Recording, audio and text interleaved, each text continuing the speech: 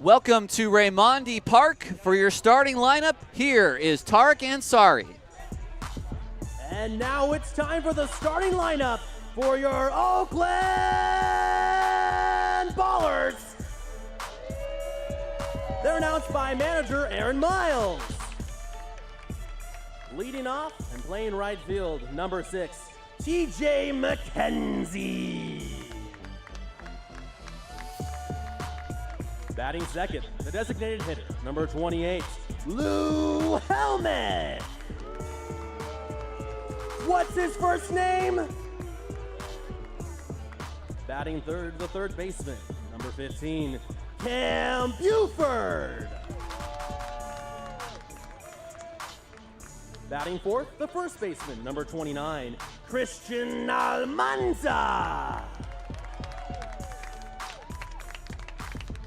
Batting fifth, the catcher, number 7, Dylan Tatum. Batting sixth, the second baseman, number 13, Jake Allgaier. Batting seventh, the shortstop, number 23, Nick Leahy. Batting eighth, the left fielder, number 8, Michael O'Hara. Batting ninth, the center fielder, number 19, Daryl Bugs. On the mound tonight for your Oakland Ballers is number 22, Malik Benz. Thank you, Tarek. Your Ballers starting 9 and pitcher running out to their positions in Los Peloteros jerseys tonight. This is game 92 of the season. I'm Tyler Peterson alongside Nevada Cullen. It's great to be with you. Nevada in a you're kind of here. I will make cameos from time to time. We're going to take a pause, a moment, head down the field. The colors being presented by Efren Scott. The anthem performed by Tanisha Clarity.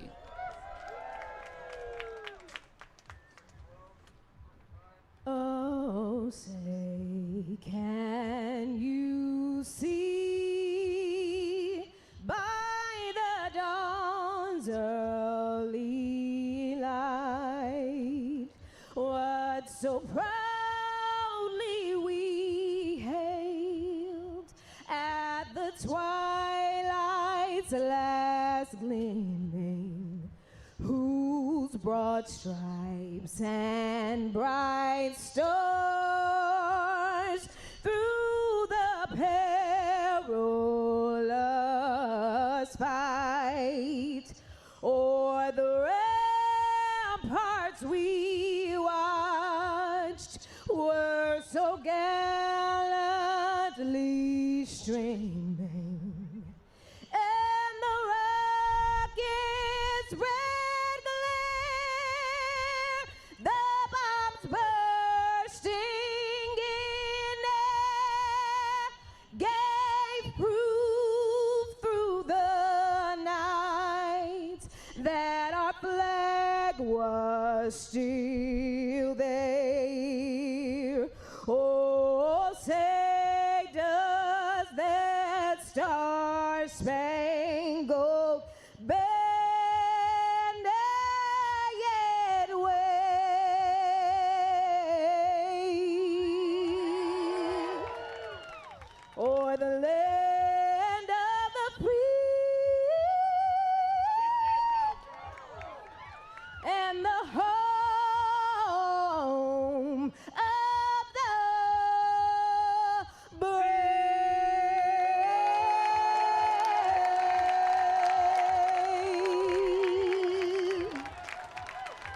Thank you, Tanisha. Always a Raimondi Park favorite.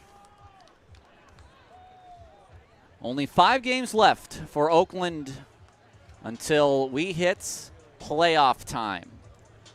Malik Benz gets the start tonight. And the Voyagers lineup is as follows. Nevada. Would you like to? Yeah, why not? All right. It's a nice, calm thing for me to do as I work my voice back in. The Voyagers are led by Sean Repay in his second year. They are 32-59.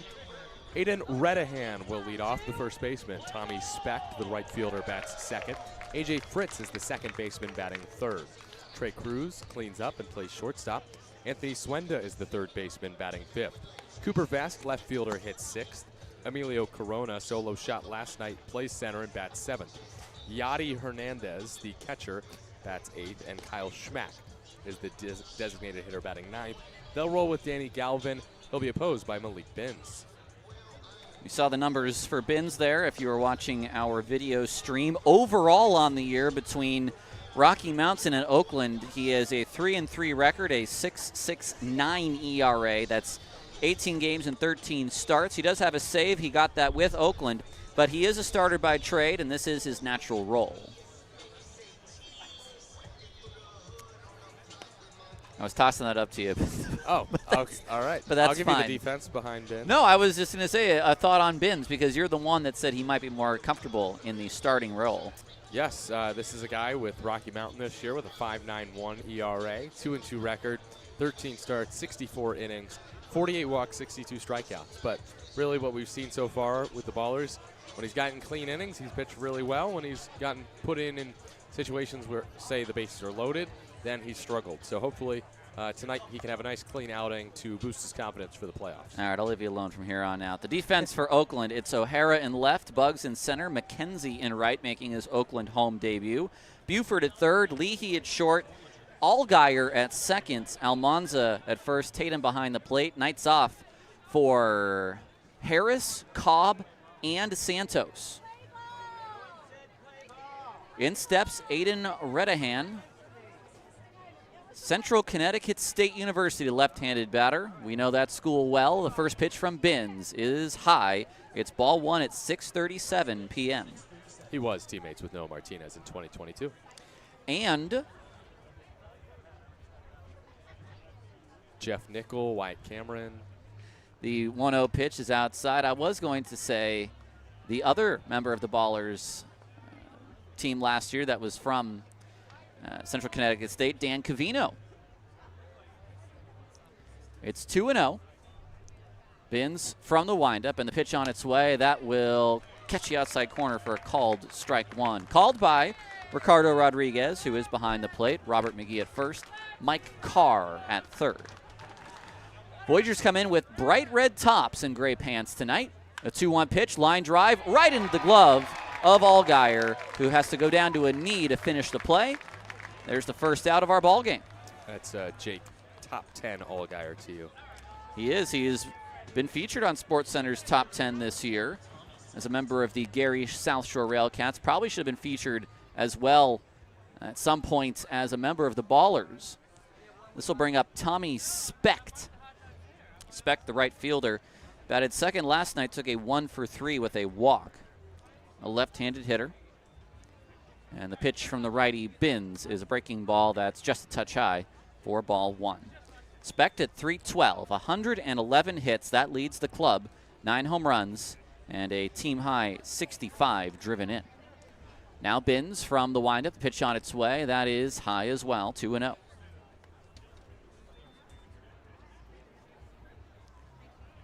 Just underway from Raimondi Park, and we thank you for tuning in with us. The 2-0 on its way. There's a strike on the outside on the changeup. Man away. No score. We also want to extend a special hello to all those who tuned in last night from Montana. The 2-1 is fouled out of play. Not just Josh, who always turns in from Montana, but members of the Voyagers faithful, and we do welcome you into our YouTube chat once again. It's a 2-2 to Specht. Binns from the windup. Tatum setting up high. The pitch is swung on and fouled back.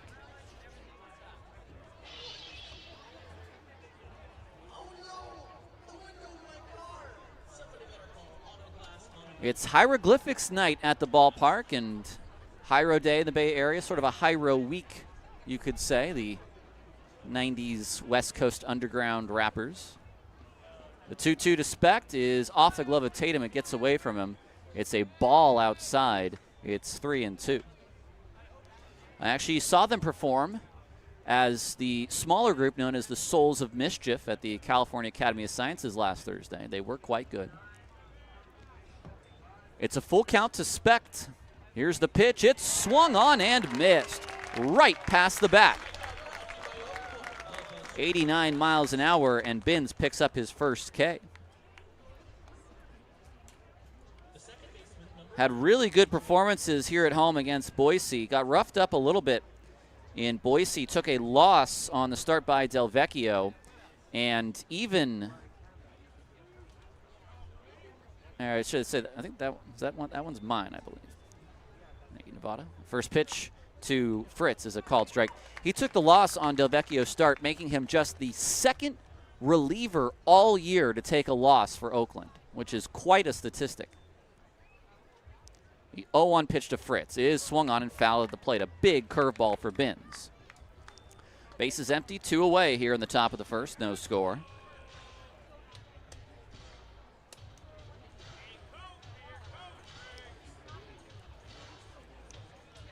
Dr. Divis wants to know what are our favorite Hyro songs. I'm sorry, we are the wrong age for that, unfortunately. The 0-2 pitch is in the dirt. I can tell you that I did enjoy their set performance from Steinhardt on Thursday, but I didn't know any of the songs. I fit with the vibe, though. 93 till infinity. There you go. The 1-2 on its way is high and inside. 2-2. There was a particular a beverage that was served that was called 93 to infinity, and then a certain type of vehicle, let's say, if you know the type of drink, that was quite good at that event. The 2-2 on its way, a ground ball toward Allgaier on 4 hops. It kind of handcuffed him a little bit, but he stays with it, throws to first. It's a 1-2-3 inning for Malik Binns here in the first, and we head to the bottom of the first. No score on 860 AM, The Answer.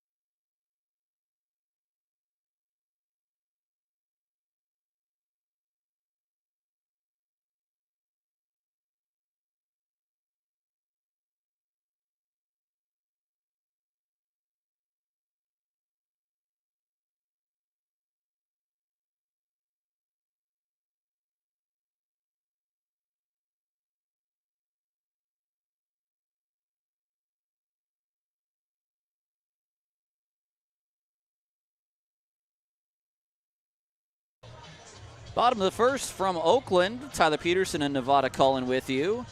We'll see McKenzie, Helmick, and Buford facing the Voyagers starter in a scoreless ball game. It's Danny Galvin.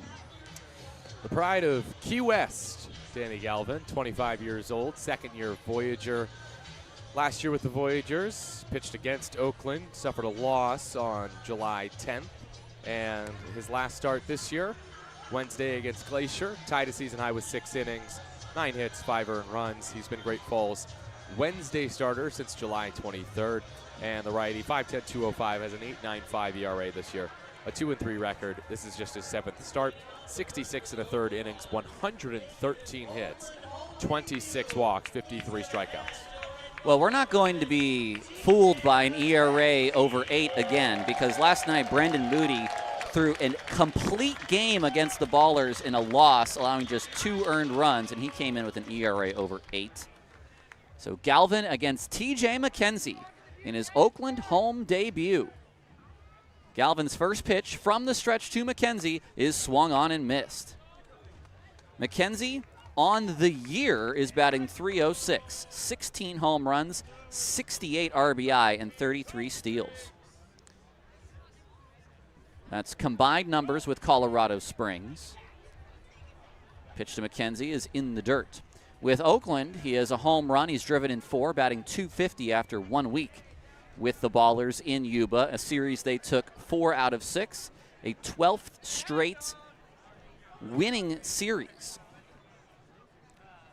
It's a 1-1 to McKenzie. The pitch is a fastball inside. I mean, you now have 3 leadoff men in your lineup between Cobb and McKenzie and Bugs. Bugsy's had a little bit more trouble getting on base, but despite that, he still has way over 30 steals. A 2-1 to McKenzie. He takes high and in again, 3-1.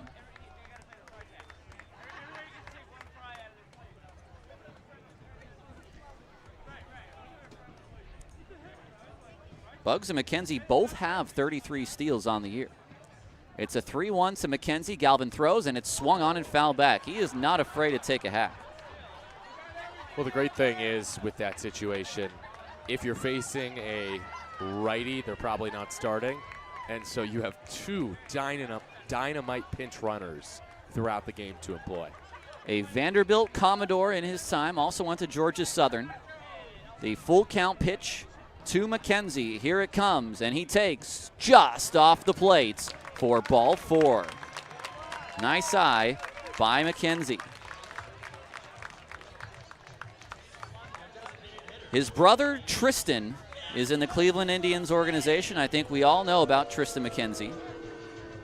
But it's TJ who is on the Ballers and draws the leadoff walk. Here's Lou Helmick. Moved up to the 2-hole today. Normally Isai Santos' spot. A big lead for McKenzie. There he goes. The throw from the catcher Hernandez is off the glove of the shortstop, and McKenzie swipes second. It was a really nice throw and a quick pop from the catcher Hernandez, but they did not catch McKenzie. An accurate throw may have got him, but not that one. He has been hurt, Yadi Hernandez, but he is their best defensive catcher. He has tossed out 11 runners this year. The defense for Great Falls: Vest in left, Corona in center, Specht in right, Swenda at third, Cruz at short, Fritz at second, Redahan at first, and Hernandez behind the plate. Now the next pitch, a breaking ball down and into Helmick. It's 2-0.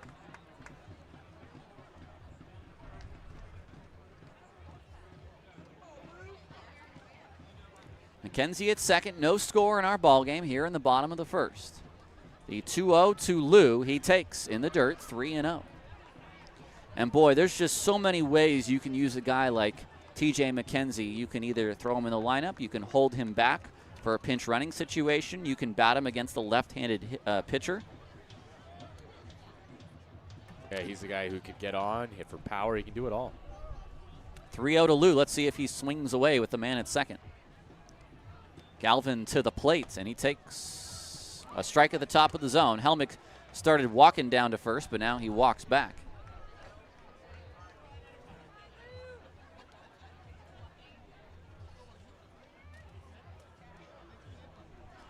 Three and one. This may activate the bat of Lou. A pitch from Galvin. He swings and misses. Fastball at the top of the zone. And it's a 3-2 count. Some good velo, the low 90s from Galvin. About as close as you can get to a run per inning. 66 earned runs in 66 and a third innings. The 3-2 pitch is just outside, and challenging is the catcher Hernandez. That looked pretty close. That might be strike 3. It's overturned to a strike, and Helmick is out. So Hernandez, who did not challenge the ball call on McKenzie, does so here against Lou. And Great Falls and Hernandez correctly challenge what is now the first strikeout of the game against Lou Helmick. It looked like a pretty good pitch. I mean, that was dotted. 92 at the bottom of the zone. Can't really beat that.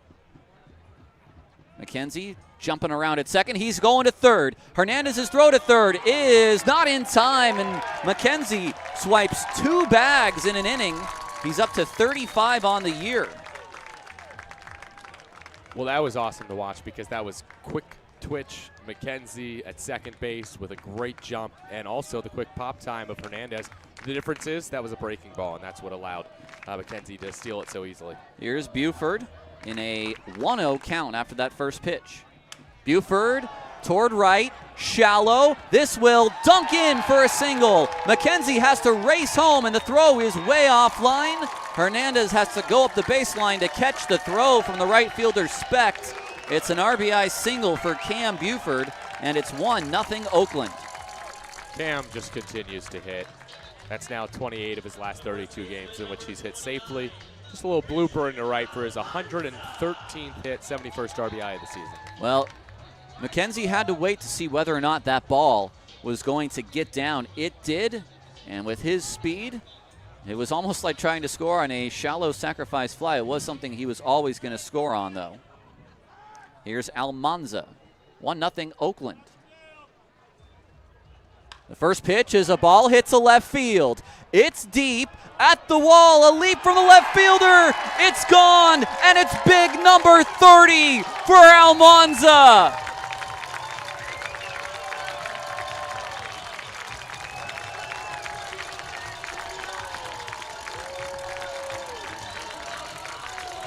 Well, he's breaking his own home run record, but I'll tell you what, 30 is a big old number in the Pioneer League, and Almanza gets there on the first pitch he sees from Galvin. Christian Almanza, the first Oakland baller in history to have a 30-homer, 100 RBI season. Take a bow, you Stockton native, you repping the Central Valley with yet another long bomb. Of course it's to left. Almanza loves an oppo shot. Here's Tatum. He swings and misses at a breaking ball. He wanted a home run for himself right there. Well, we were waiting on Almanza's 30th. If Cam gets one more home run, he'll have a 2020 season. The 0-1 pitch. Tatum looks at a strike at the knees. It's 0-2. 3-0 Oakland.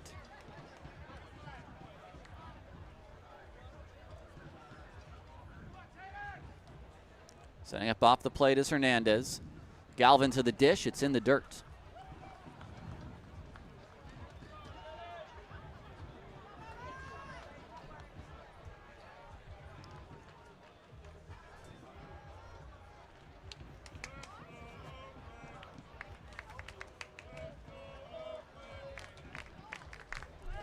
Galvin throws, and the next pitch is outside. 2-2.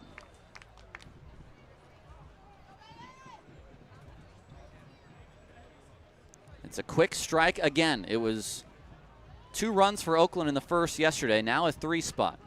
The pitch to Tatum is down low as well. Yeah, the Ballers have scored as many runs in this game in this inning than the two teams did combined yesterday. It was just a 2-1. 2-1 game. It was one of the quickest summaries I saw all night. I loved it. A full count pitch to Tatum on its way. It swung on, fouled away. 2 lines. Druick, home run, 2 RBI. Corona, home run, RBI. That was it.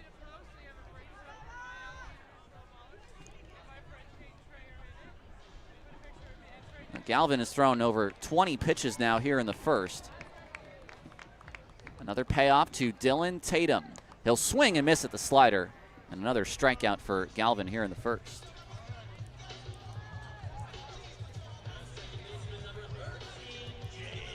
That'll bring up Allgaier, who is handling duties at second base today.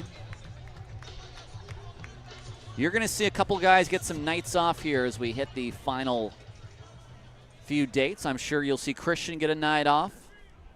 You may see Tatum and Tilo split time right down the middle. Next pitch is down low. We've got these 4 games after tonight, and then be there on the 11th and the 12th. Games 1 and 2 of the playoffs against a unknown opponent at this point. But we will be checking in on the scoreboard later today as Allgaier takes a fastball inside, 2-0. I think Ogden is going to do everything they can to try to lock up that last playoff seed. The 2-0, Allgaier swings and misses, took a big hack there.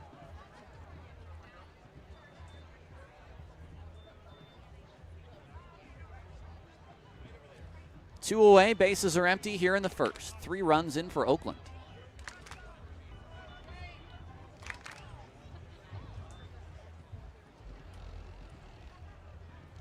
Galvin set, looks at the dish, and fires, and it's outside.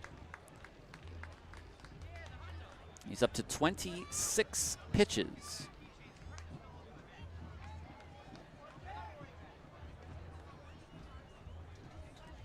The good news for Great Falls is they used no relievers last night. Now he fires in a strike.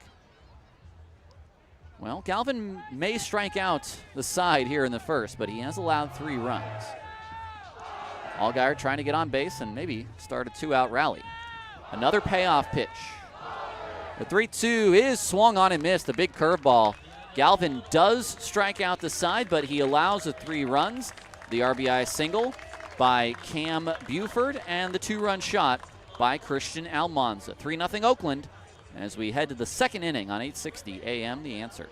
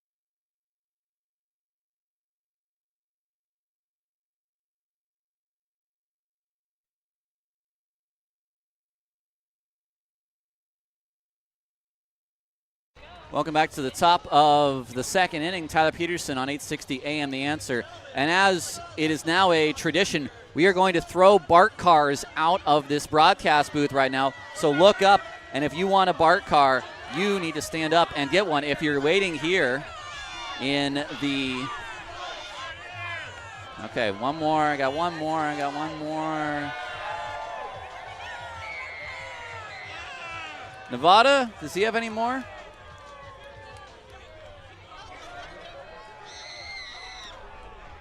All right, we're done.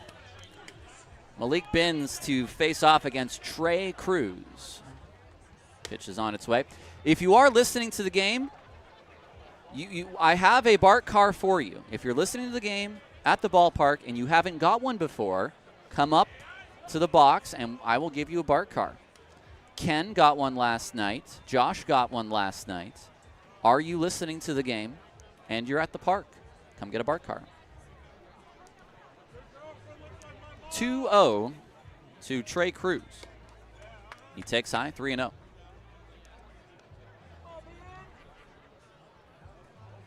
$16 pitches for Binns in that first inning. Cruz is the shortstop. Yesterday took an 0 for 3 with a walk. Not a whole lot of offense on either side last night. Looks at strike 1 at the top of the zone. 3-0 Oakland here in the second. Oh, you're listening to the radio, sir? No. Get him a car.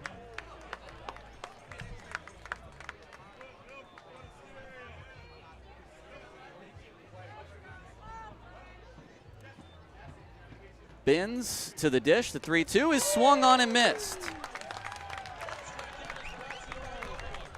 Cruz K's, and it's the second one for Binns. Jesse is the gentleman's name? Shout out, Jesse. Jesse, we appreciate you listening. This is what happens. He's got Our the earpiece loyal in. listeners of 860 AM The Answer, we want to thank you very much for tuning in and grabbing a BART car. That's awesome. They're so cute now, too, the little plush BART cars. Swenda, the third baseman.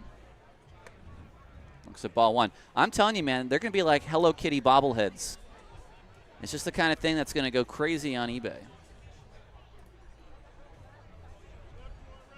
It's a 1-0 to Swenda, the third baseman, who takes a strike on the outside.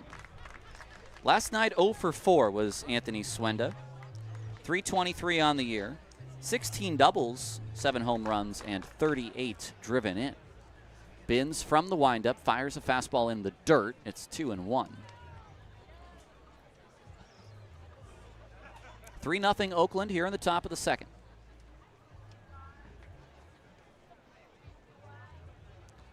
Binns ready, 4 left on the clock. Now he goes into his motion. The 2-1 pitch is a fastball outside.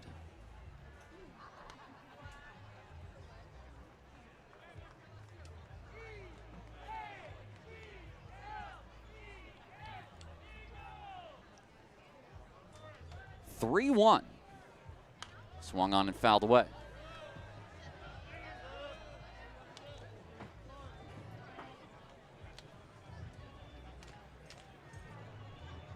Tomorrow we will see Noah Milliken. Friday we'll see Luke Short. We'll see Reed Butts on Saturday, and I understand Gabe Tanner in a limited pitch count for Sunday.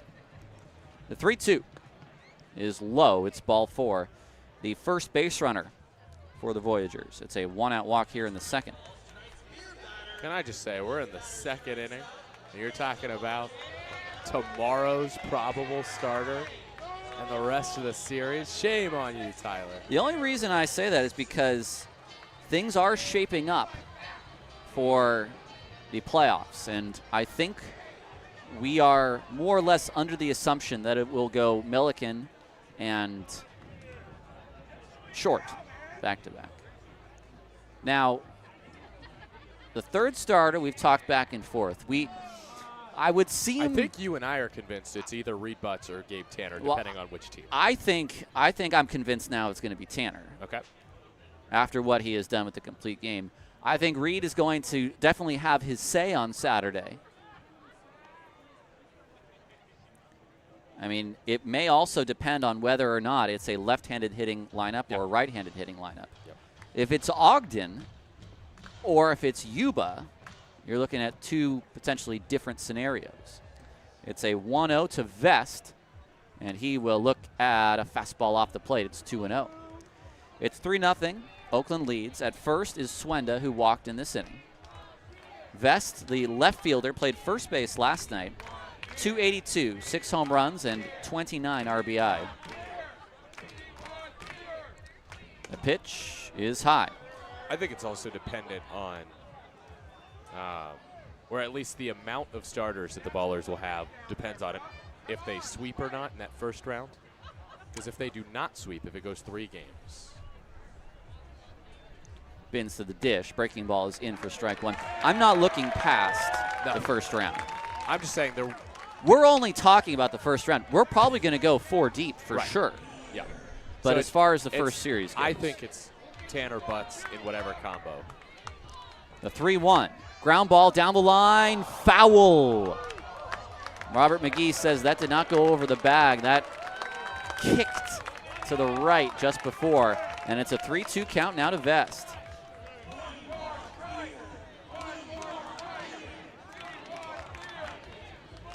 So runner at first, 1 out, and a 3-2 count to Vest. The runner, Swenda, did go on that last pitch.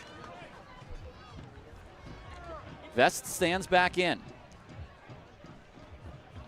There goes the runner. Here's the pitch. It's swung on and fouled away.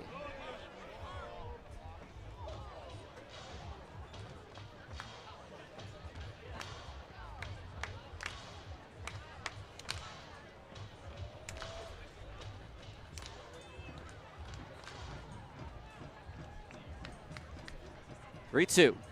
The pitch. Swung on, hit down the right field line. Is this trouble? It will drop foul.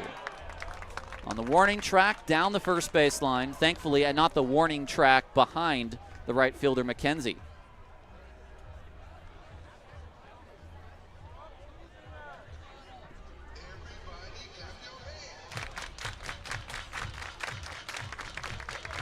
The 3-2 battle. This might be Binns' last appearance of the year in the regular season. The pitch is a line drive in the glove of Almanza. He steps on the bag, a double play, and that's the inning. Boy, Vest could not have hit that ball more directly over first base. It literally carried Almanza into the bag. L3 double play. The inning is over. And we'll take a break and come back on 860 AM The Answer. 3-0 Oakland.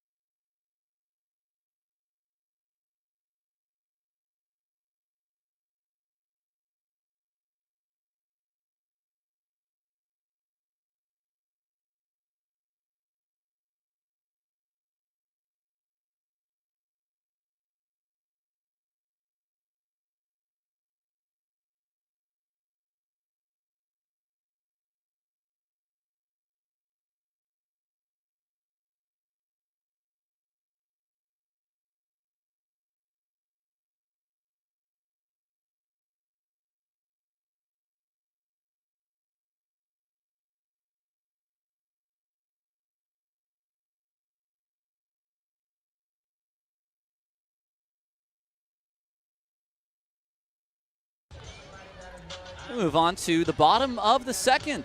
I'm Tyler Peterson alongside Nevada Cullen. It's 3-0 Oakland in our final home series of the year. This is our second game against the Great Falls Voyagers.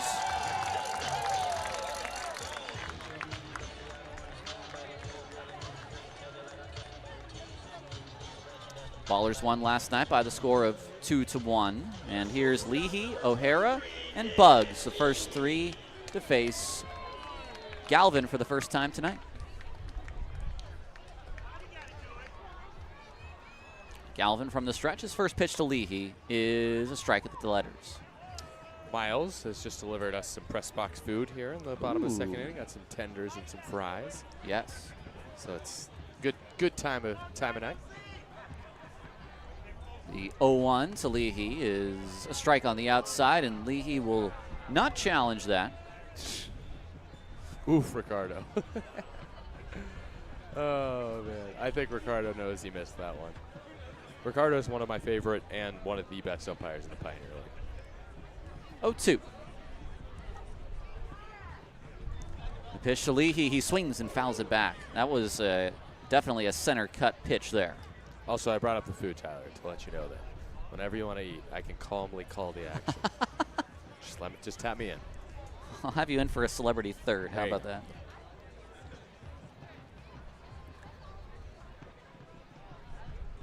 Galvin to the plate. This is a high drive to right field. Specht is going to back up a few steps and make the catch.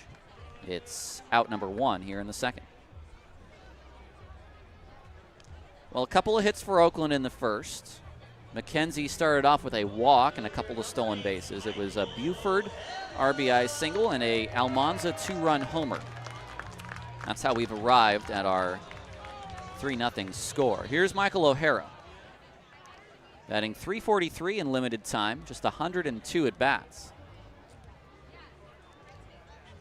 First pitch high and away. He's been on the shelf a few times this year, but this is the time to get him back in playoff season. It's a 1-0 on the way. O'Hara swings and pops it up, looking over his Swenda. He will not have a play. That's out of the ballpark. We got a car shot. Did that hit a car? Maybe they need to call Auto Glass on the move.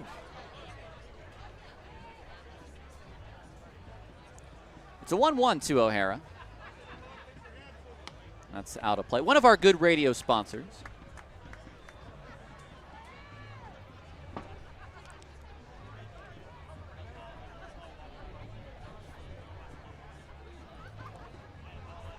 Two-one from Galvin to O'Hara. He swings, hits a ball to right field. This is pretty deep. Specht is at the track. He'll stop and make the catch.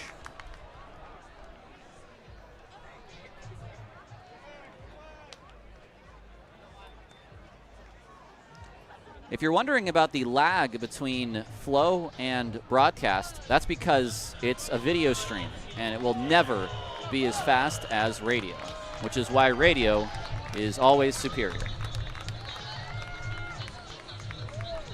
It takes a long time for video to get to your eyeballs. It does not take as much time. In fact, it's pretty instantaneous for audio to get to your ears. Here's Bugs, who swings and misses at a fastball, high and inside. 3-0 Oakland. Bugs at 260. He's homered 5 times this year. Driven in 30. Looks at a fastball for strike 2. And of course, I'll always go back to this. 54 runs on 56 hits. If he gets on, he scores. 0-2. Setting up off the plate is Hernandez. And hitting his spot is Galvin, but it's a ball.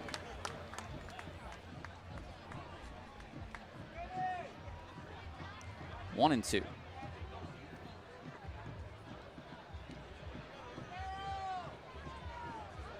The next pitch is fouled away by Bugs.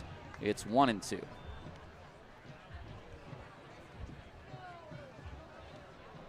Three-0 Oakland. Bases are empty for Bugs. As good a 2-out rally starter as any on this Ballers roster. Galvin throws, and the next pitch is a breaking ball down and away.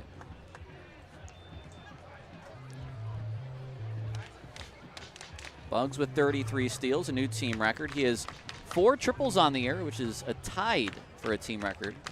Or was it? How many? Next pitch is high and inside. How many did Peyton have last year? He had 4? Okay. 3-2 to Bugs.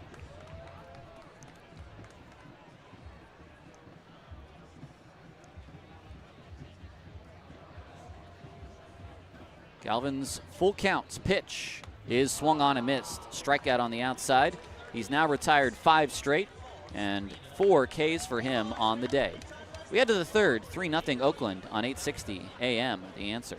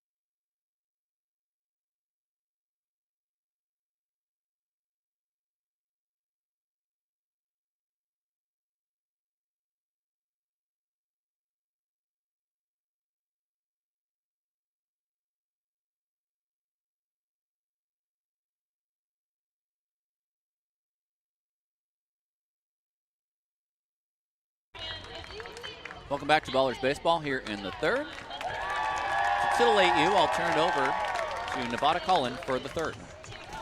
Yay, enjoy your food. I will. I'll give a quick shout out to Manuel, who is Danny Galvin's roommate in Great Falls. No way. We got Danny's roommate tuned in on YouTube? Yep. What's up, Manuel? Let's go. I'm loving it. I am so glad the Voyagers fans have discovered our YouTube stream. This is the best. We love you guys. We love the Voyagers. We love their uniforms. Again, going with the red tops tonight. Black shirts yesterday. And here is Emilio Corona, who laces one over third and into left field on the first pitch he sees. He had the lone RBI yesterday with a solo shot for the Voyagers. And he singles his way on. The first hit of the game for the Voyagers to start the third. 3-0 Ballers, top of the third inning. Corona with the single. That extends his hit streak, by the way, to 16 games. Don't sleep on Emilio Corona. Yadi Hernandez, bat from the right side. And is plunked promptly. Hit by the first pitch he sees. Eat fast, Tyler. Voyagers are doing too well with me on the mic. So be sure to check it out 10 minutes from now. Hieroglyphics takes to the stage and the land that is Scraptown. Meeting on the mound for the Ballers, Tatum and Binns. 3-0 Oakland over Great Falls. It's the top of the third inning. Brings up Kyle Schmack.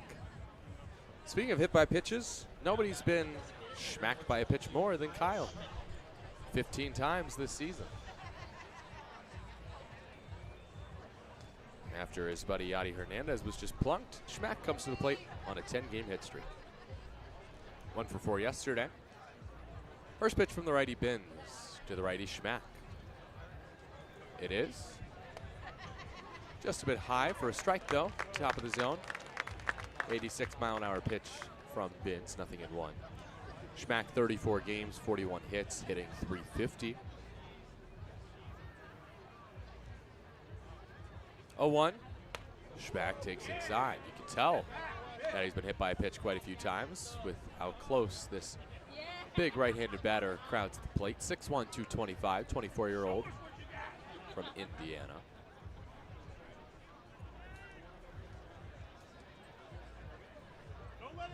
Runner goes. Pitches outside, no chance, and it's a double steal. Corona takes third. Hernandez follows right behind with the stolen base.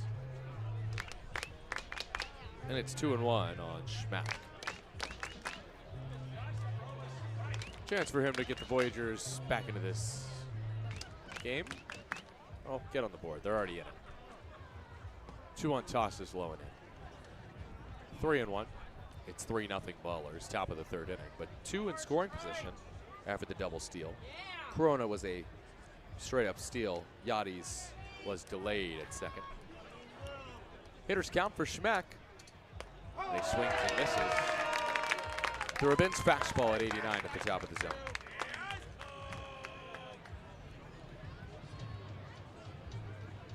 I feel quiet. I'm boosting myself. Allow me to talk a little quieter now. Payoff pitch, stroke to center field. Sending Bugs back towards the track. Backing up onto the warning track, makes the catch. It's a sac fly. Both runners tag. As Corona touches home, Hernandez makes his way to third base. It's a sacrifice fly by Schmack, his 24th RBI, and his second sac fly. It's a 3-1 game. Ballers lead by just 2. That was 100 off the bat, 364 feet to center field. Hit plenty deep to get the run home.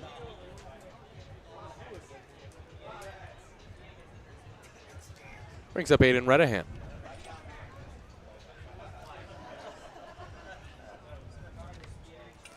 Runner on third for Great Falls. It's 3-1 Oakland in the top of the third inning. First pitch to the lefty, Redahan is inside for ball 1. Cutter from Binns missed.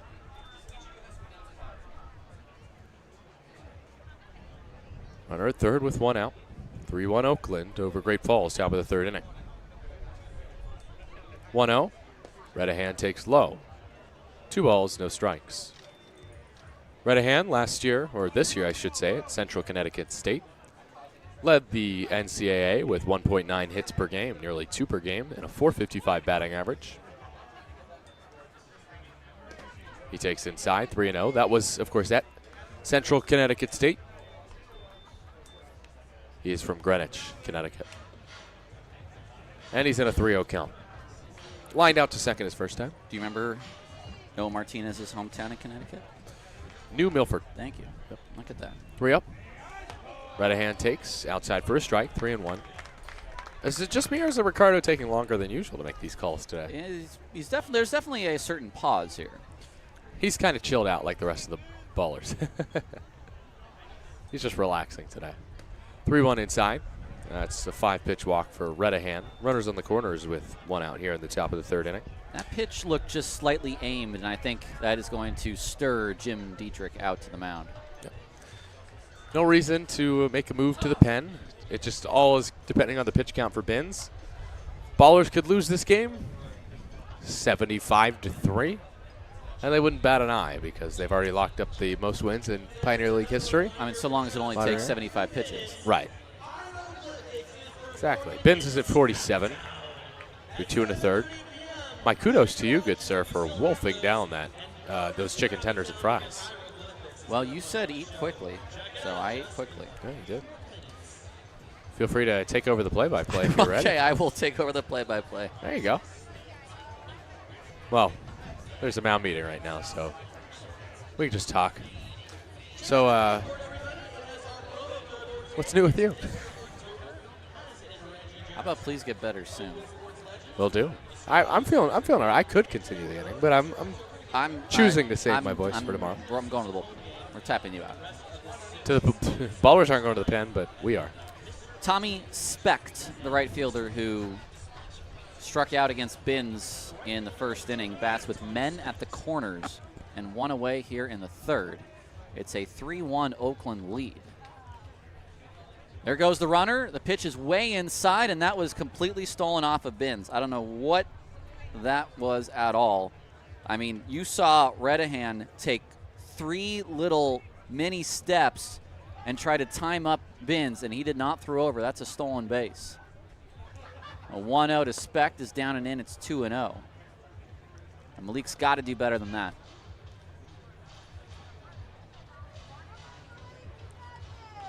Defense is playing back with runners at second and third and one away. It's a 2-0 to Specht. It swung on and fouled away. Maybe a slight chase there from Specht. 2-1.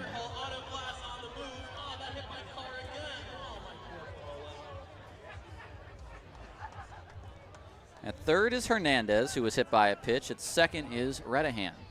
The 2-1 is swung on and fouled back.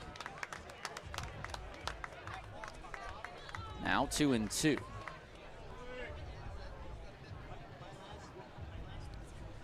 You allow the run on the sac fly, which is totally fine. You just want to keep this on the ground or in the air. You don't want something to sneak through here. The 2-2 pitch. Big breaking ball back to Binns. It's off of his glove. He picks it up, looks back the runner, fires to first. A great play by Binns to get the out. That was hilarious. Softly hit. He did everything he could just to keep the ball in front. And as a result, he keeps the run from scoring from third and gets the guy at first. That was great for Malik. Fun to watch. And now, Fritz, who grounded out in his first at bat. It's a big win for Binns if he can get out of this inning, only allowing the 1 run. Just loved right there the way he flailed at that ball.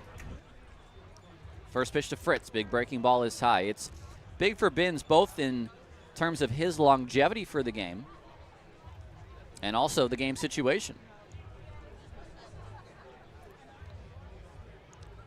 The 1-0 to A.J. Fritz is swung on, hit to left field, and O'Hara's backing up on it, and it hits him in the face, and he gets up. It bounces away from him. He's got to throw it in, and he took that bounce right in the face.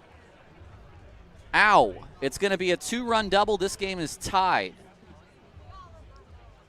He took a slightly strange route to get to that ball. He was backing up on the line drive the whole way and then played it sort of beneath him. It bounced up, and it almost looked like it hit him in the eye.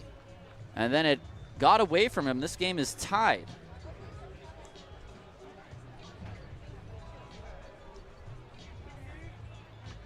The trainer for the Ballers is going to run out and check on O'Hara in left.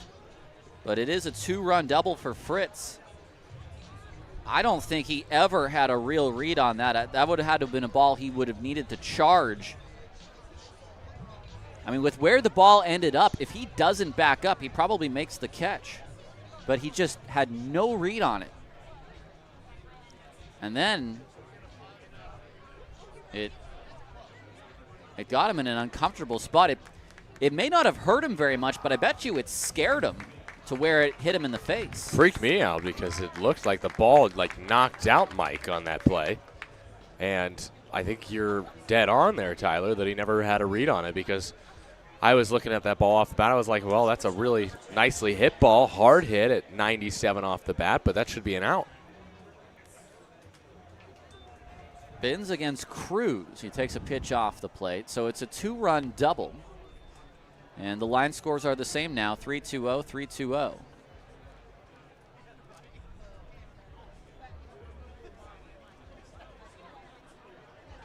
Binns waits, and now an inside move that chases Fritz back to second.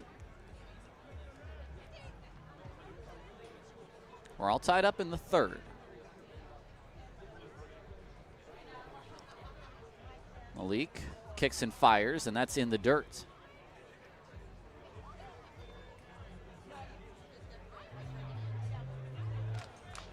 Single, hit by pitch, sac fly, walk, ground out, double. Binns was nearly out of the inning after the 1-3 ground out.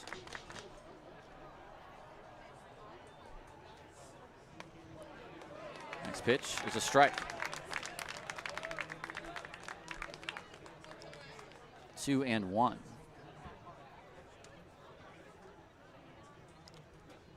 Binns throws, and this is a ball hit down the left field line. Over is O'Hara. This will get foul, though. Foul ball.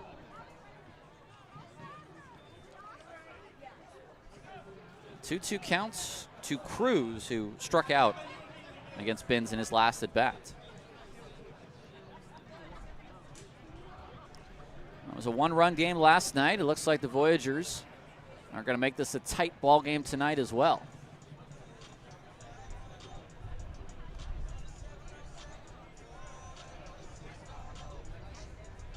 Ricardo Rodriguez gets a few more baseballs from the ball boy. And now, stepping back into the box is Trey Cruz. Coming set is Binns. The high kick, the pitch on its way. The big breaking ball is lined right back up the middle. Look out. It's a base hit to center field. Bugs brings it in. His throw is going to be cut off by Almanza, and the Voyagers have the lead. Boy, he stuck an arm out, and Binns almost made contact with that baseball. The baseball also almost made contact with him. 4-3. Great Falls.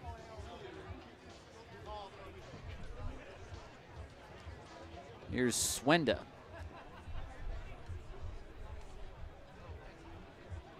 Binns is set.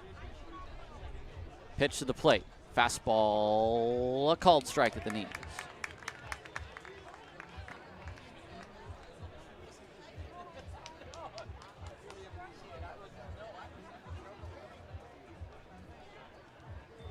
There goes the runner. Pitch bounces up to Tatum, and taking the bag is Cruz.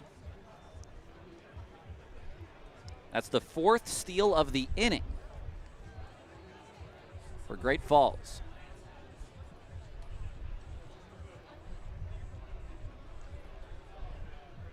Set is Binns, Cruz at second. And the pitch is down and in. 2-1.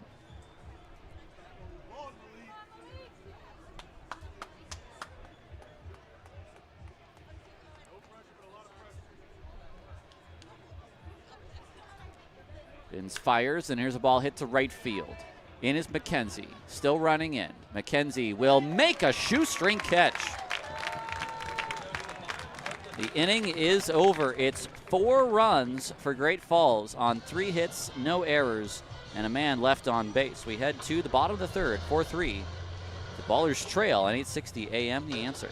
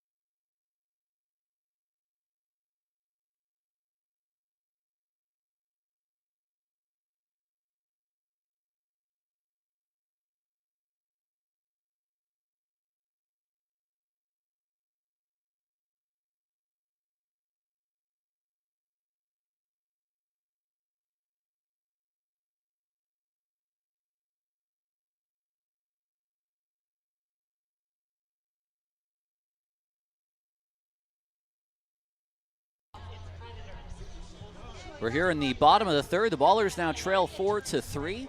Top of the order for Oakland, Mackenzie, Helmick, and Buford. Let's take our first look at our Pioneer League scoreboard for tonight, and we do have some big games that have some pretty big scores. Ogden leads Boise 6-3 here in the bottom of the sixth.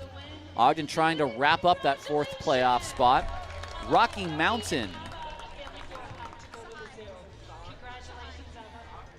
We have another bar car giveaway for radio? No. Okay. No more bar cars. The bar cars are done for today, by the way. No more bar cars.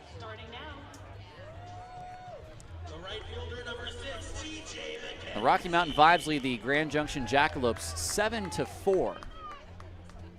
That game in the bottom of the sixth.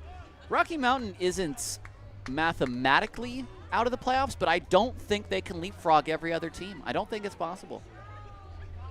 I think they are eliminated. It's a 1-0 to Mackenzie. Swung on, hit to right center field. Moving back is Corona into the alley. He'll make the catch.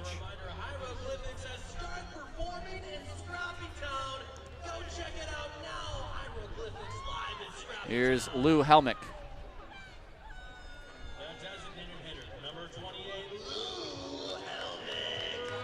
Idaho Falls up 8-4 over Glacier. That game in the bottom of the fifth. The Sky Sox lead the Mustangs 2-1 in the bottom of the eighth. The Mustangs need to win pretty much every game to stay alive in this very, very tight race for the second half playoff spot. And right now, it is the Sky Sox who are leading. A 1 pitch, low.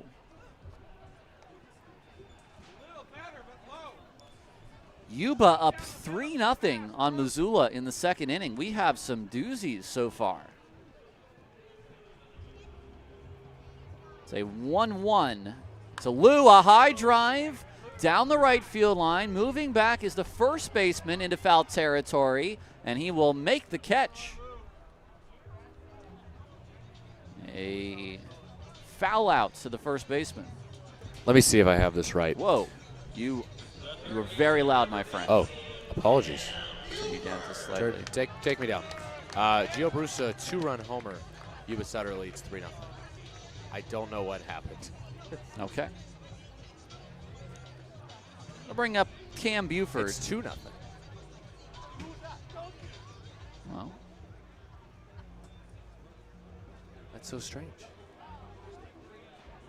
Galvin against Buford. First pitch. Buford toward left center field over his Corona. He will dive and he will miss it. Buford will have to settle for one as Corona is able to gather the ball in time to throw it back to the infield. That's the first hit for Oakland in 7 batters. The previous 7 had all been retired. Now here's Almanza, who hit his 30th home run on the only pitch he saw in his last at bat. Now Billings has got to figure it out against Colorado Springs. First pitch is outside to Almanza. I think that's the game you got to watch just because it's already in the bottom of the 8th.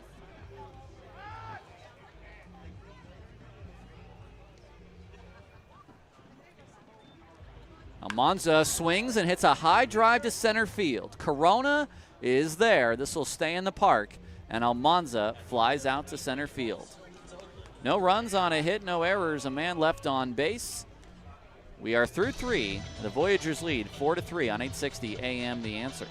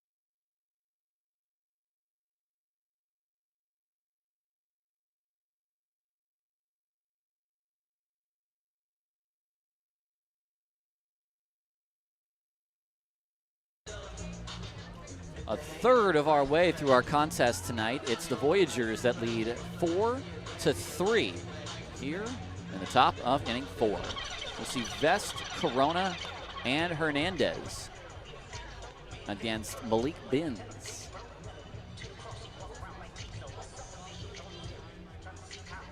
Binns at 65 pitches, which is certainly a little high for this point in the game.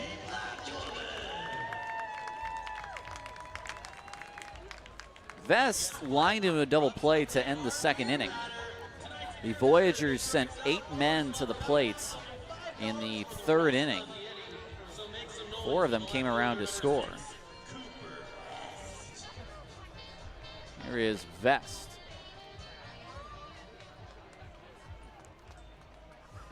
Binns from the windup. First pitch to Vest is going to hit him. It's another hit by pitch. It's not how you want to start things out here in the 4th. A runner for free.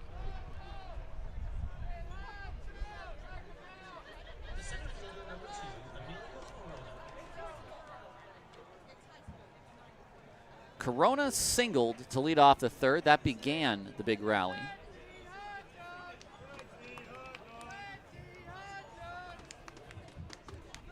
Binns kicks and fires. The fastball is inside.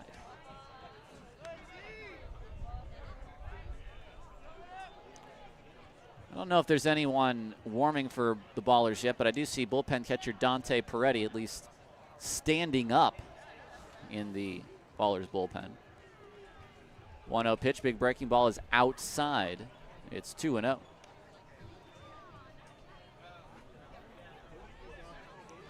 There's little difference at this point for Oakland as far as wins and losses. However, if they do win tonight and the Powell Heads lose, they will have taken a second half championship, which will be the 3rd consecutive half that the Ballers have been champions. 2-0. Pitch is high, 3-0. And for Malik today, he is now officially thrown more balls than strikes. 33 strikes, or 33 balls, 32 strikes. And there's a 34th ball as it's high and in. A hit by pitch and a walk to begin this 4th inning. And now that will get someone throwing in the Ballers bullpen.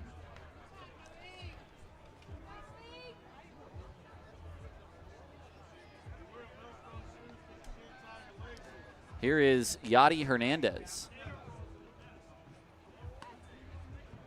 First pitch, a called strike. Dylan Delvecchio is warming in the Ballers bullpen.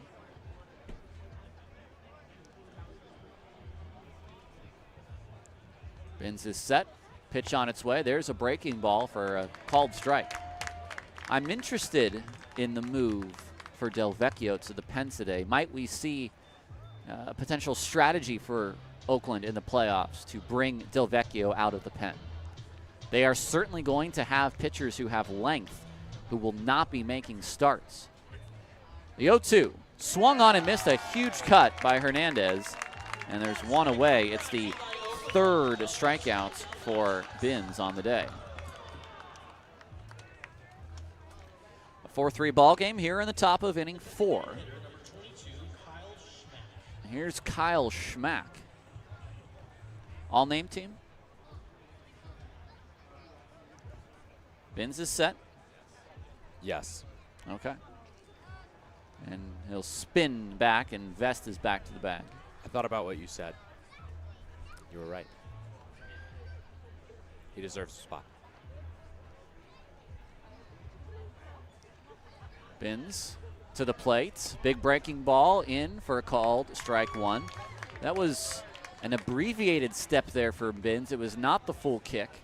And I think there was a discussion that probably took place in between innings 3 and 4 in regards to holding runners close. And now this hits Schmack in the hands. And Binns has now hit 3 today. It's number 16 for Schmack. He's been hit more times than any of his other teammates, and unfortunately this one's on the hands, but he appears fine.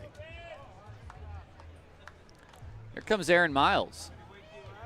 And Binns will not see another batter.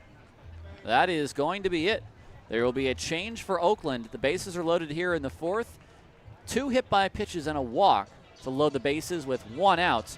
We'll come back on 860 AM. The Answer, it's 4-3 Voyagers.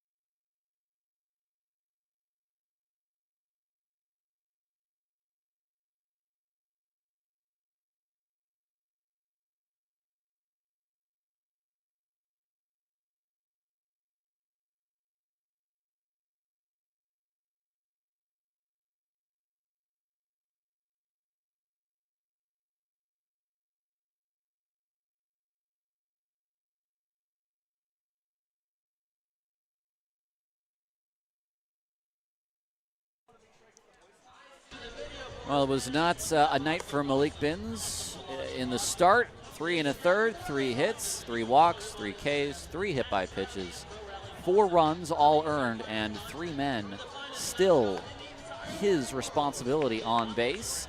It's a 4-3 Oakland. It's the opposite of a lead. Deficit, thank you. Oakland deficit. They trail by 1 here in the fourth.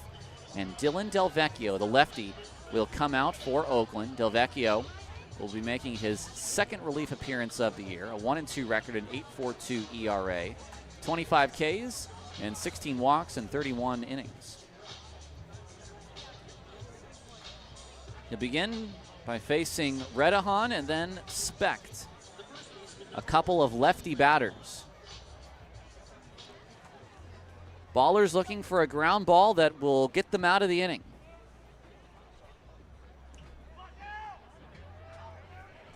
It is not your regular Ballers infield tonight. Delvecchio's first pitch slides in for strike 1. It's Buford at third, Leahy at short, Allgaier at second.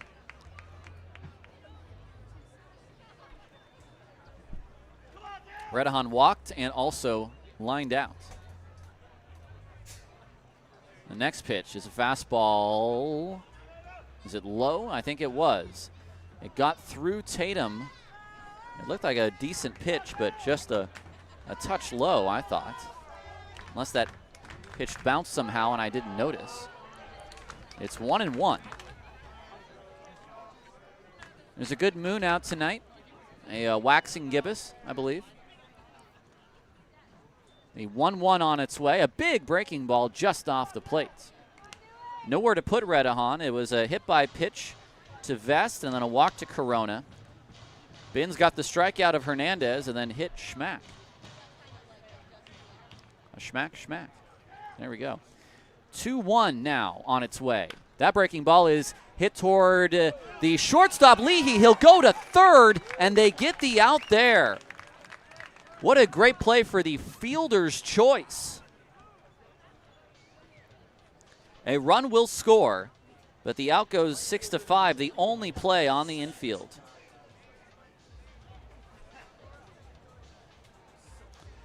If they don't get the out, it's a single, but it's a fielder's choice. It does score a run. It's 5-3. Delvecchio turns and fires to Specht, and the first breaking ball is in the dirt. The other reason that Oakland will need players that can offer you some length is that we play traditional extra innings in the playoffs.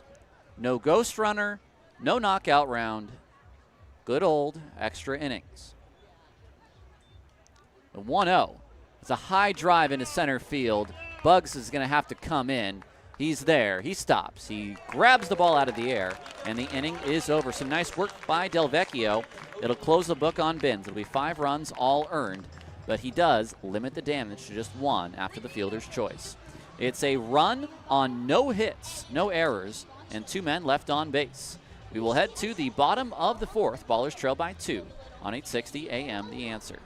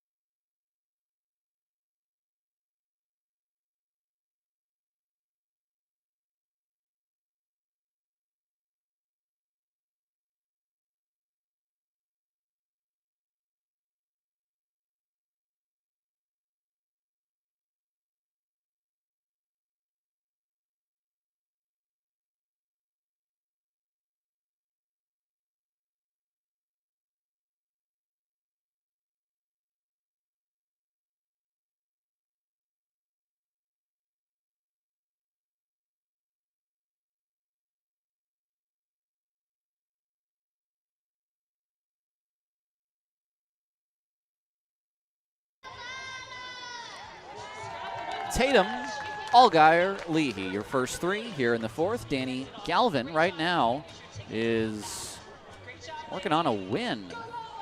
This is only the 4th inning, though. He's got to go 2 more, but he has the lead. 5-3. Voyagers over Oakland. Tyler Peterson with you, and sometimes Nevada Collin tonight, as he is still recovering from his bout with whatever he had, the Yuba flu. The Yuba fluff. Well, you needed some Yuba pho to help you out the other day. Here's Tatum. First pitch, breaking ball, down and away for ball 1. He struck out against Galvin, who has only allowed 1 hit since Almanza's home run in the 1st. It was a single by Buford. The 1-0 to Tatum. Swing and a ground ball, slowly hit toward short, charging his Cruz. Gets a generous hop, and his throw to first is in time. That's the kind of hop that if you get it in front of your body, right in front of your body, it'll eat you up. But he got that about 5 feet in front of him, and so it just hopped up right into his glove. Here's Allgaier.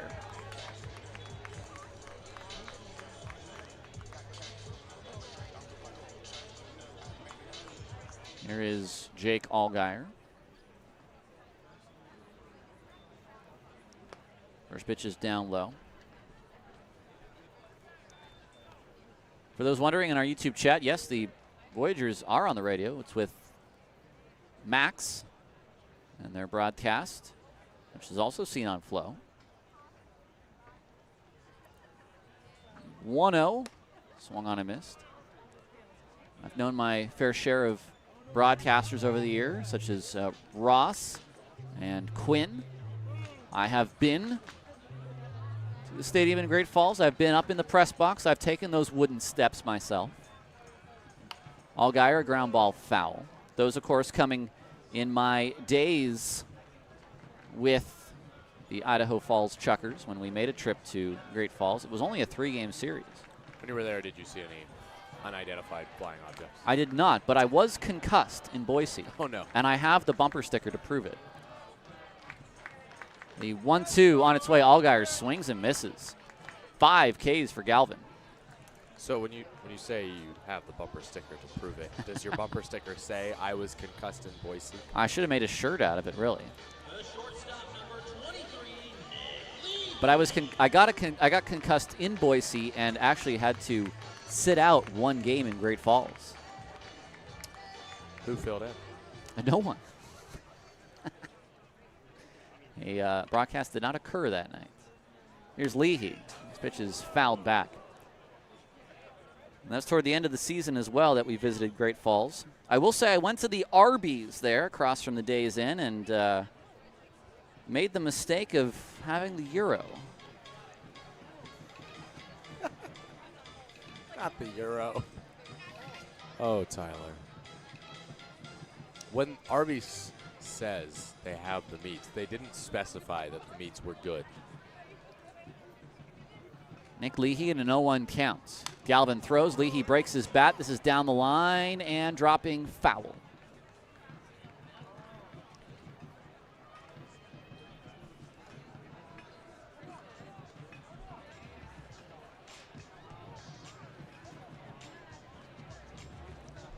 (5-3). The Voyagers lead here in the bottom of the fourth.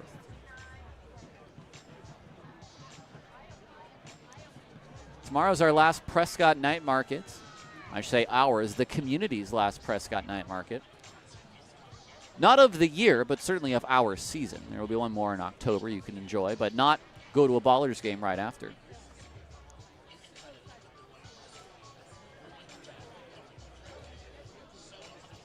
Leahy's got a new bat, and he now finally gets back. Oh, I'm having donor tomorrow. Donor. There you go. Back into the boxes, Leahy. It's 0-2. Galvin's kicking the pitch is down and away. Actually, you know what? This talk of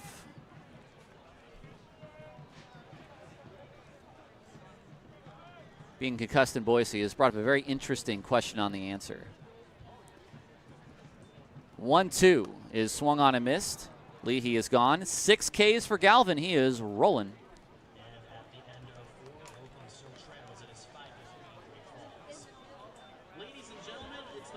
I don't know who was talking there. Was that Tark or someone else? 3 up, 3 down inning in the fourth. We head to the fifth. 5-3 Voyagers on 860 AM The Answer.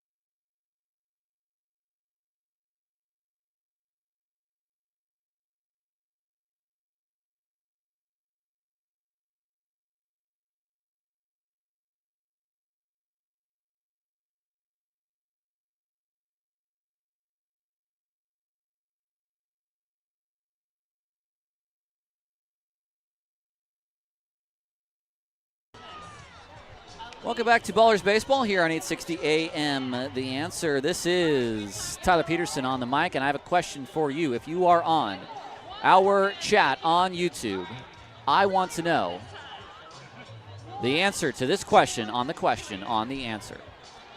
Have you ever been sick on vacation or while you were traveling? Have you ever had a vacation canceled or ruined because you caught a cold or got hurt? Did you cut your foot on coral in Hawaii? Did you have the flu on an airplane to France? Anything along those lines, I want to know, because I once got concussed in Boise, and I only got this shirt. AJ Fritz, Trey Cruz, Anthony Swenda.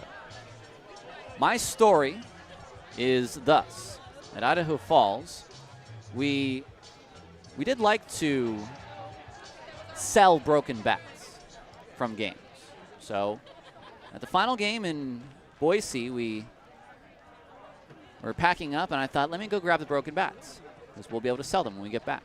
And so I grabbed them. I load them on the bus, and if you picture one of these buses, they have these big old doors you start to swing up in front of you to lock them in. Delvecchio's first pitch is a strike to Fritz. Well, I ducked under, put the bats underneath the bus, and as I got up, did not allow myself enough clearance. Oh. And hit my head. Here's a ball down the line, fair. Fritz might have extra bases. O'Hara picks it up out of the corner. a soft throw in, and Fritz does have a double.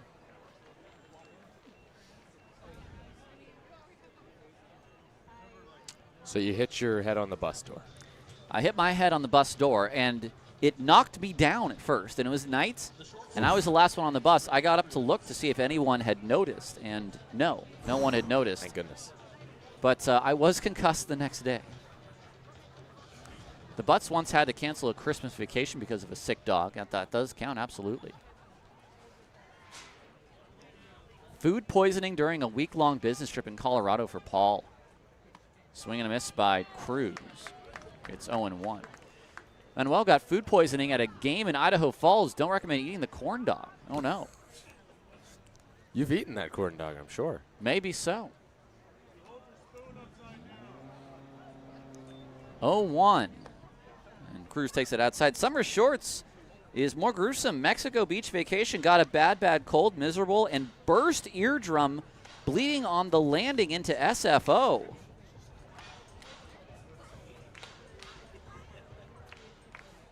Let me put away this ketchup packet I was enjoying. 1-1 to Cruz with Fritz at second. Ballers trail by 2 in the 5th. And that's low. It is the question on the answer. Tap in on our YouTube chat if you'd like to answer our question. Have you ever been sick on vacation? Anything canceled on traveling because you didn't feel well?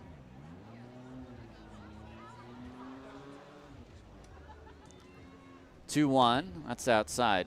Beth not feeling well in Malaga, Spain, after an all-day, all-night Spanish wedding. Well, hold on. I think you did enjoy yourself. The 3-1. Cruz to center field, fairly deep. Bugs is over into the alley, makes the catch. One away in the 5th. Nevada had a fever and missed an Elizabethton Twins game. And then story. The Elizabethton Twins went away forever. I never got to see that. Josh Menyon had a wedding in Cabo. Everyone in the party got Montezuma's revenge. And his hit a week after returning. The delayed, I think that's the curse of Montezuma. I think that's Quetzalcoatl's revenge if it's a delayed one. Teotihuacan's revenge. The next pitch is swung on a miss. Swenda is down 0-1. Dan Silvert went on a cruise and came down with hand, foot, and mouth disease on the flight. Robin Fisher, food poisoning on tour in East Texas. There goes the runner to third. Tatum's throw on the money and out by 3 feet. Fritz tried to get around the tag. It did not work. The pitch was challenged by the batter.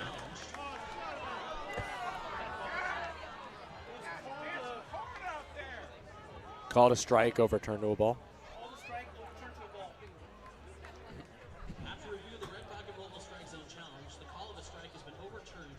It's overturned to a ball. Whoa, whoa, whoa. Whoa, what's Fritz doing? No. No. That's not the rule. That is not the rule. You play through. You play through. If the challenge comes, that comes after. But you play through. If Tatum doesn't throw, he gets the base. You play through. That is not the rule. Fritz is out. Credit to Fritz for trying it. No. Fritz is out.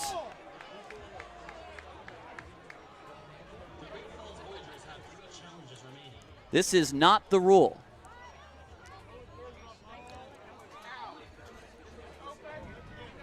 No idea.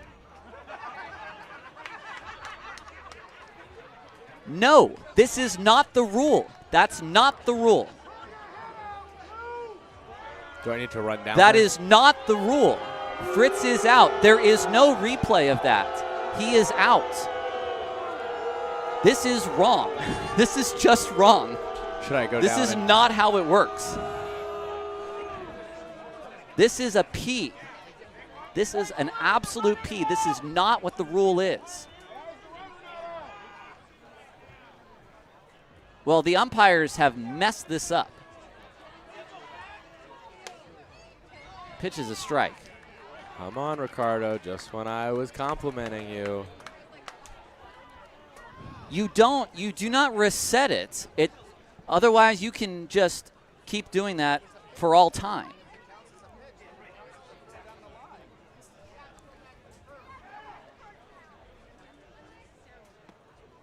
The next pitch is low.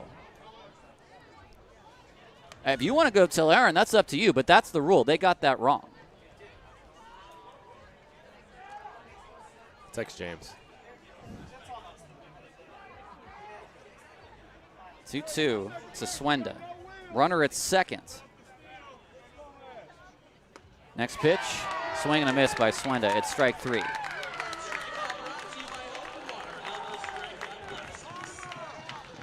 Yeah, that needs to be. I think this is the second time I think we've seen it this season. There needs to be a memo sent out.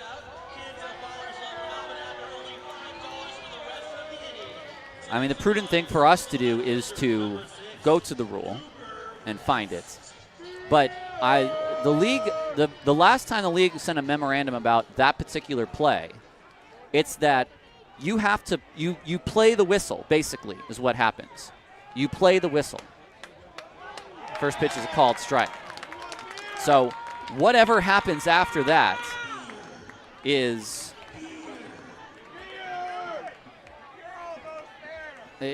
fair game. So whatever. It's 0-1 to Vest. It's the first strikeout for Delvecchio, by the way, on the previous pitch. Down and away. Listen, that is something that will need to get buttoned up before the playoffs. By the way, if I'm wrong, then I'm going to sound like an idiot. But I am pretty sure I'm right. 1-1 pitch from Delvecchio. 5-3, the Ballers trail. Swung on and missed. All tied up was Vest. And now it's a 1-2 count. It might just be that the umpires just blew it on purpose so that the beer batter could get up and then the crowd could get $5 beer and bring them back from the hieroglyphics concept.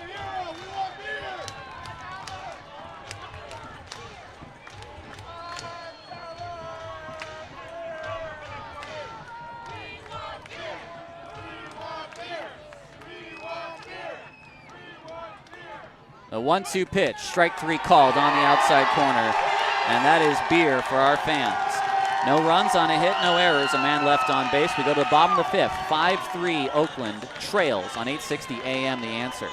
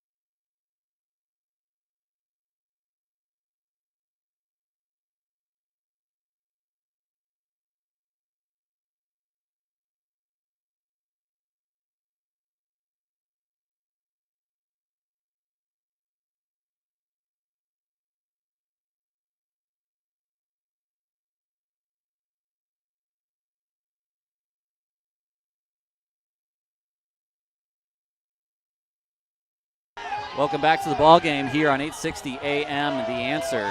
It's the Ballers 5, the Voyagers 5 and the Ballers 3 as we play here in the bottom of the 5th.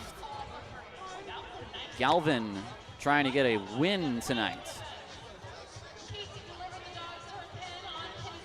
They'll have to get O'Hara, Bugs, and McKenzie. The conversation between manager and umpire is still going on between Aaron and James and Ricardo Rodriguez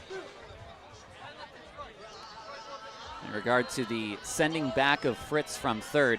And now a quick chat between Ripe and Miles in the third base coach's box.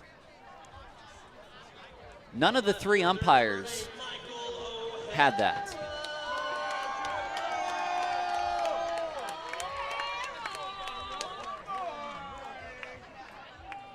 First pitch to O'Hara is outside. I can tell you that was once, a called strike on the outside. That was once a topic of discussion on the weekly operators meeting in the Pioneer League.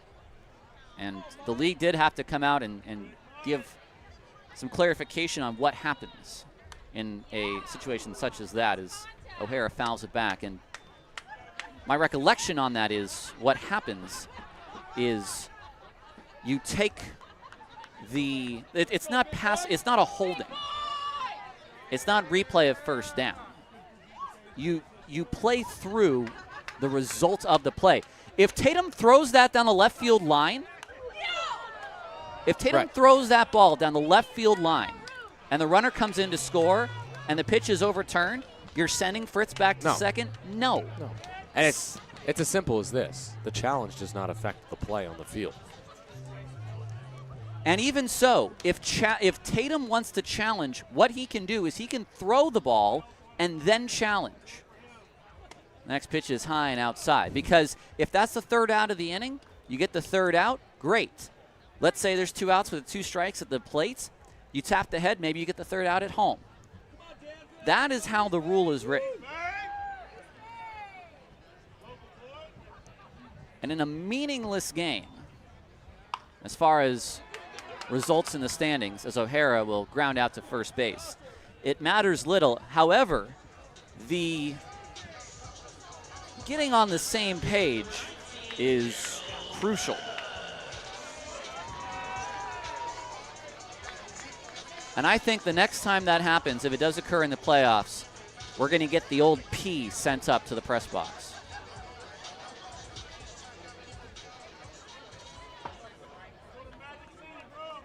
Here's Bugsy. Swing and a miss. Fastball high. Galvin in the driver's seat. He's allowed just 3 hits in this game. Pitching as well as, not quite as well, but actually no, as well as Moody. Moody just gave up a 1-2 run shot, so is he. He just allowed a couple more hits. Next pitch just off the plate. It's 1-1.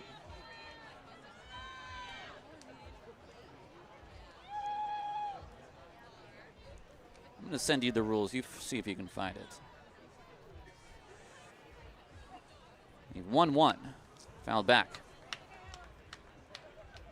1 away. Bases are empty. A 5-3 ball game here in the bottom of inning 5.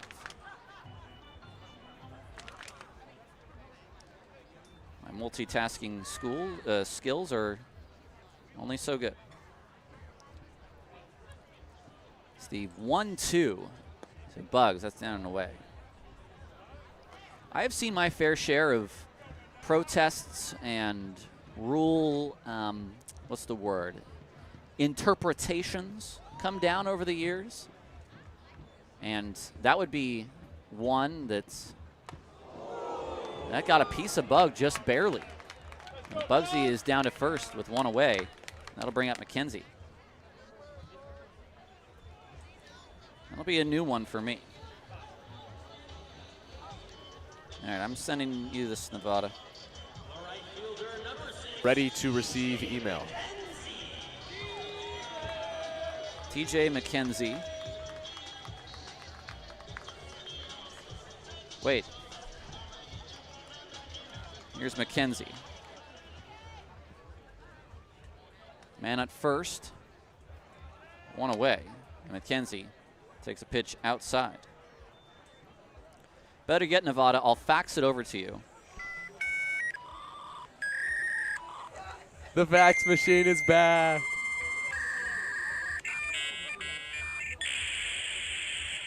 The 1-0 on its way is outside. Oh, man. Can it, Trader? Bugs at first was hit by a pitch. McKenzie waits at 2-0. He swings and just gets a piece of it off the end of the at-bat. That was a off-speed pitch.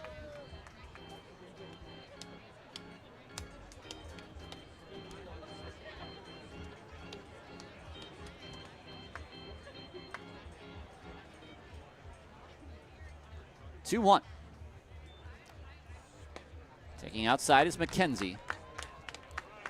And now it's 3-1.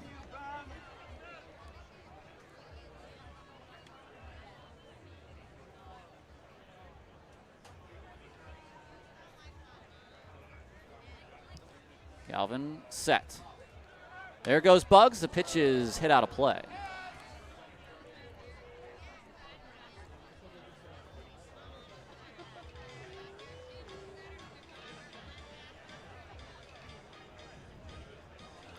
What I said was meaningless when it comes to the standings and the outcome of the standings. Ballers can go nowhere, and neither can the Voyagers from their current spots.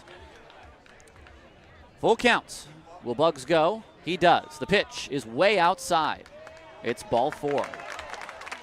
A hit by pitch and a walk has given the Ballers 2 extremely speedy base runners. I found it. Let's go.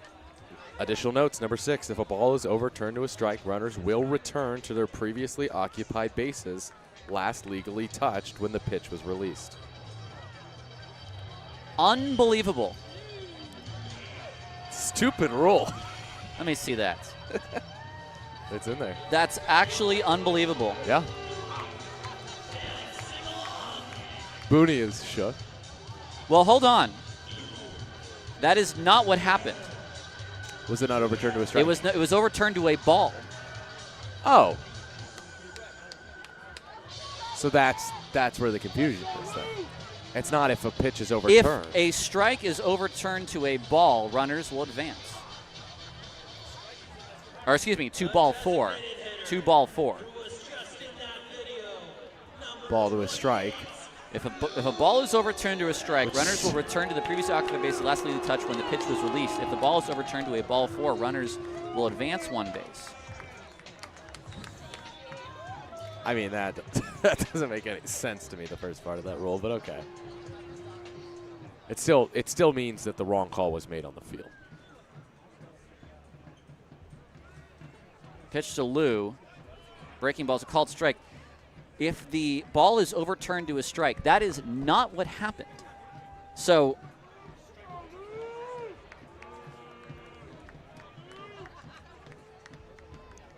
I think we are going to need clarification because the league's rule is unclear, and I was pretty sure I had it right. And the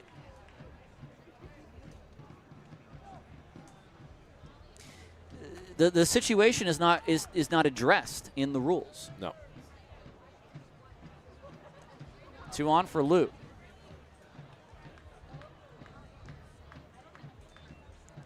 Helmick grounds it foul.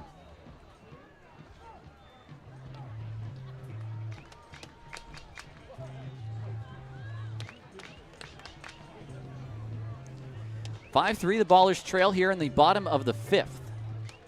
It's a 1-2 to Helmick. And honestly, send both runners and then challenge if they get thrown out.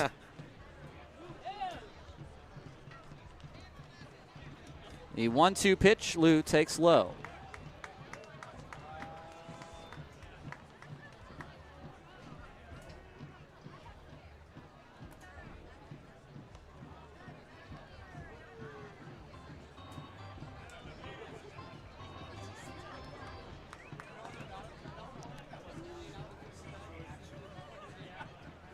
We're going to need something from Henry tomorrow on that. A 2-2 pitch on its way to Lou. He swings and fouls it into the glove of the catcher. Another strikeout for Galvin, his 7th.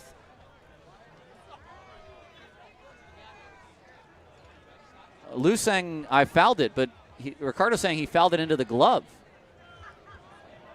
Lou saying he fouled it onto the dirt. Bring up Buford.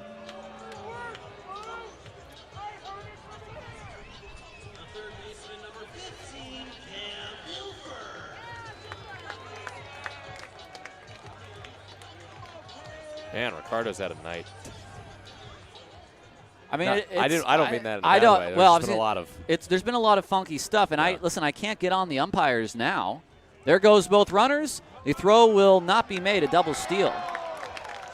I'm gonna have to take back some of what I said because it's not addressed in the rules. No, it's not as written. And it doesn't make you an idiot, as you said before. The league needs to clear it up. I'm fairly certain that this was cleared up at one time, but it's not written in those rules. A 1-0 pitch. It's a called strike at the bottom of the zone. I love that this inning has just been us collectively losing our minds over this rule. Well, it's the most important thing now. Nothing else matters. We've got to know before we hit the playoffs. There's a strike at the bottom of the zone. Buford will challenge. It's Oakland's first challenge of the night.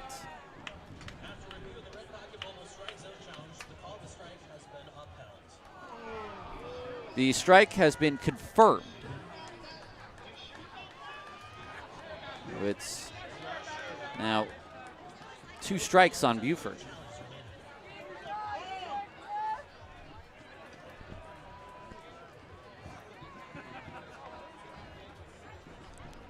It's a 1-2 count to Buford with 2 away. He could give Oakland the lead. 1-2 pitch. Buford swings and misses. Boy, Danny Galvin, 8 strikeouts. He walks off the mound in the 5th as a pitcher of record in a 5-3 lead. We head to the 6th. Ballers trail on 860 AM, The Answer.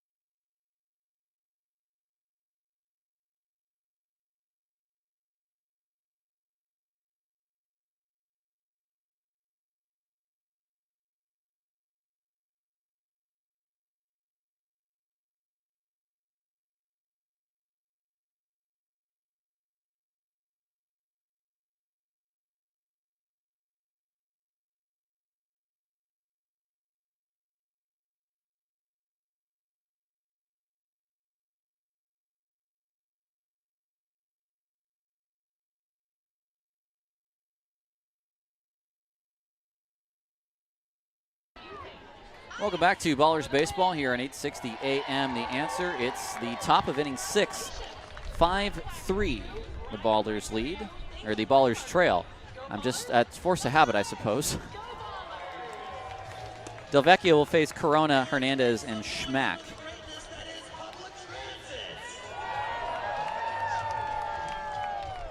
So I think we're coming off of the high of the 5th inning now.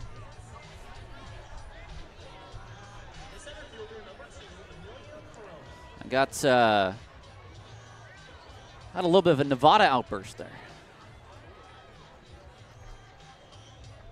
Here's Corona.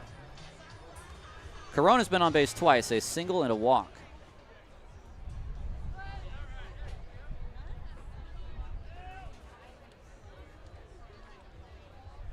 Vecchio needs to step off and have a conversation with Tatum. I don't think they got the fingers correct there.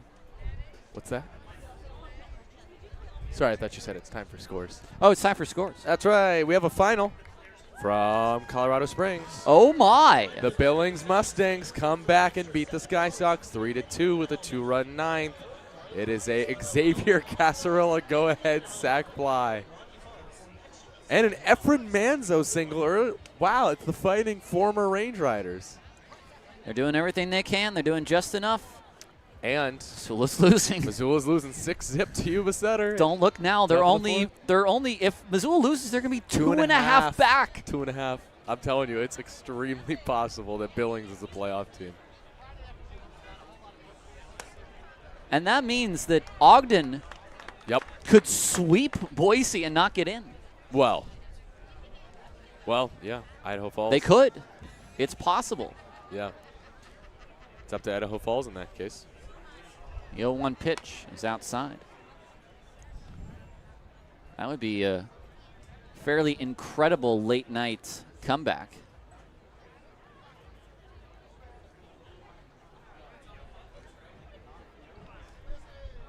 1-1 on its way. Next pitch is low. Also, bottom of the 8th in Colorado Springs. Vibes lead the Jackalopes 7-5. Actually, top of the 9th. Oh, it's over. It's over. All right. Vibes win. Stay alive. No, not really. Next pitch is swung on and missed. It's 2-2. We decided they're eliminated. Top of 9 from Ogden. Raptors lead the Hawks 8-4. Trying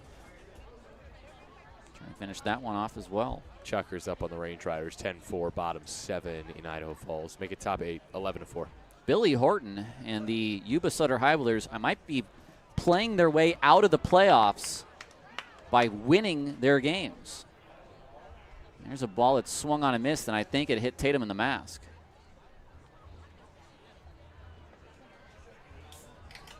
And here comes the trainer for Oakland out to look at Tatum. Oh, and Missoula's on the board. All right. Bottom 4. Oh, in a big way. Yes. Cam Willman with a 2-run shot in the top of the 4th.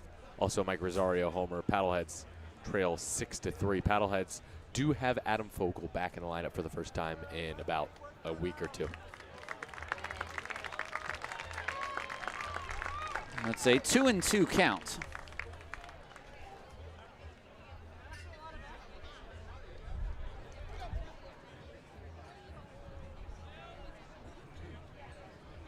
I still think I'm right.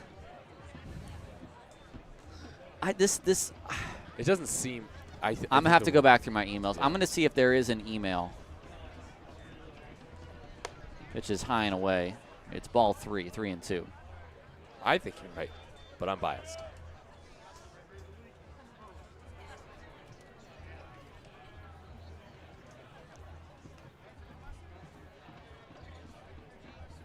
Three-two count on its way. It swung on and fouled back. How about last night's game? 2 hours and 19 minutes. Feels like we're almost at that point tonight. It's slogged by tonight in comparison.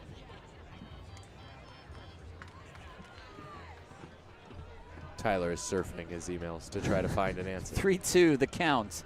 Tyler reads his emails and other dramatic. Here's the pitch. It is strike 3 called on the outside corner. Corona is going to challenge.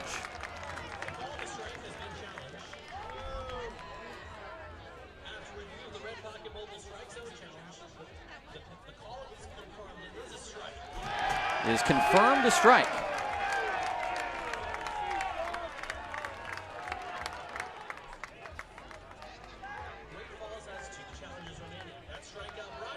It is the third strikeout for Del Vecchio.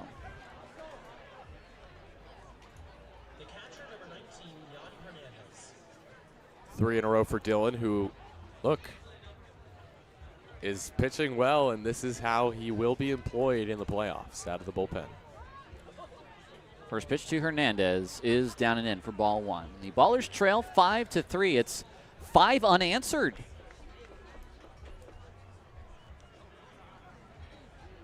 For Great Falls, and all 3 of Oakland's runs came back in the first. Del Vecchio kicks and fires the breaking ball in at the top of the zone. It's 1-1.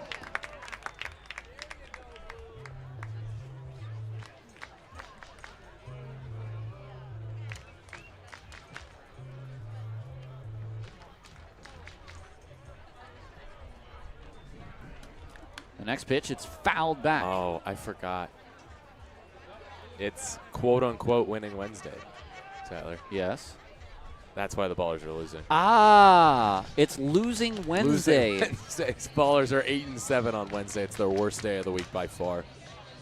Thursdays not far behind. No wonder. That's a good thing we didn't schedule any of the playoff games on a Wednesday. Well, game 2 of the championship, no? At least, well, we can't look for that afterward, Okay. I guess. Game 2 of the championship would be on a Wednesday. Yeah. So I guess win on Tuesday. The 1-2. Hernandez takes low. That's a really nice pitch and a better take by Hernandez.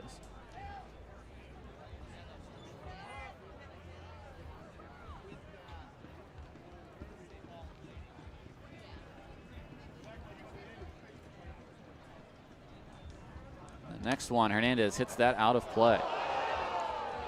Good to see Hernandez healthy. He's been on the IL 3 separate times this season. His latest stint started on August 26th, put on the 10-day IL. He was reinstated, though, yesterday.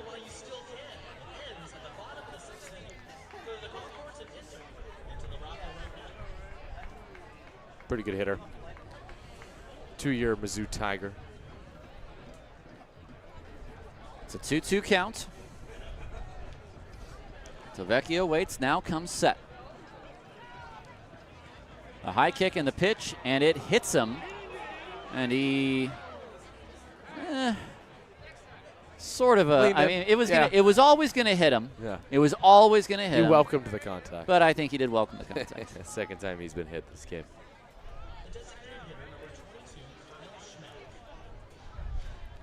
That'll bring up Kyle Schmack, the DH.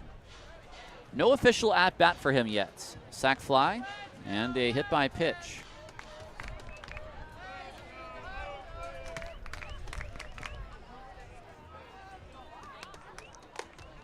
Next pitch is high for ball one. I have an email about the Glacier appeal to suspensions from June the 4th. Nice. Of last year. Oh. Against the Ballers. The 1-0. This is a ball hit into right field. In a few steps is McKenzie. He'll get there, and he will put away that ball for out number 2.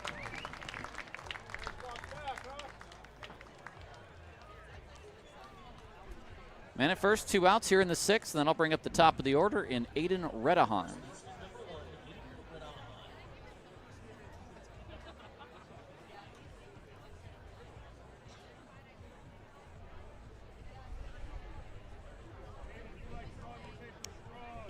Redahan today, a walk, an RBI fielder's choice, and a line out. This pitch is down low. 22 games, 15 first for 60, 250 hitter, 9 RBI. It's been I guess a tough start to his career. He's just not seeing the ball fall. He's not striking out a ton. Next pitch, big breaking ball, high.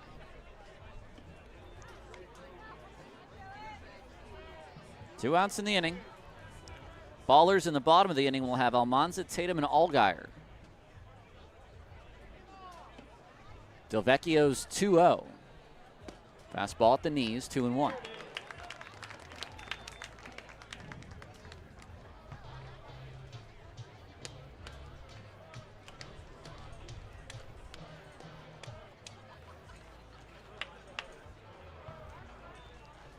The next one is swung on a missed fastball up and in on Redahan, and the fastball today up and in has been working for Delvecchio. That's another pitch he gets a swing and a miss on. I think this is going to be his final inning right here.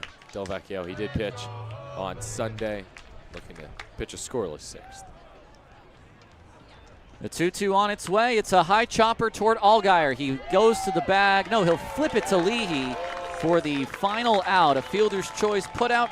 That goes 4-6.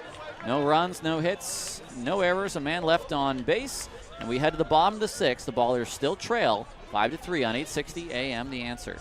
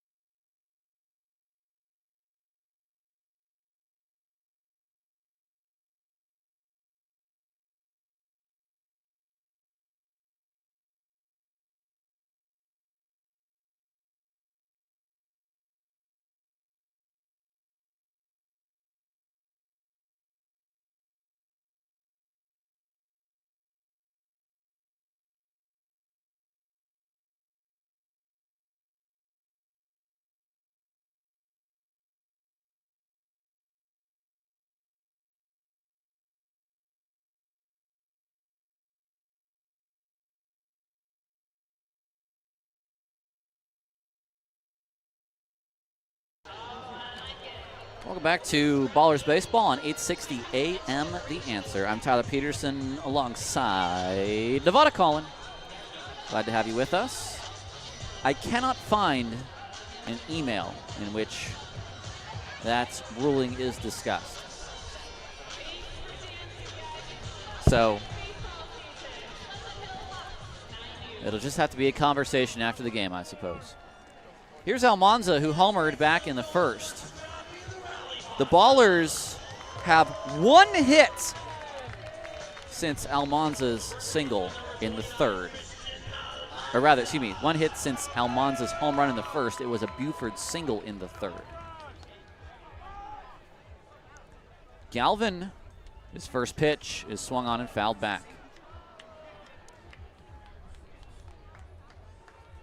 He's looking to try to get a quality start today. 8 Ks through 5 innings, only allowing the 3 runs. Ballers are 8-7 on Wednesdays this year. Their worst day by far. The 0-1. Monza takes a strike on the outside. 0-2.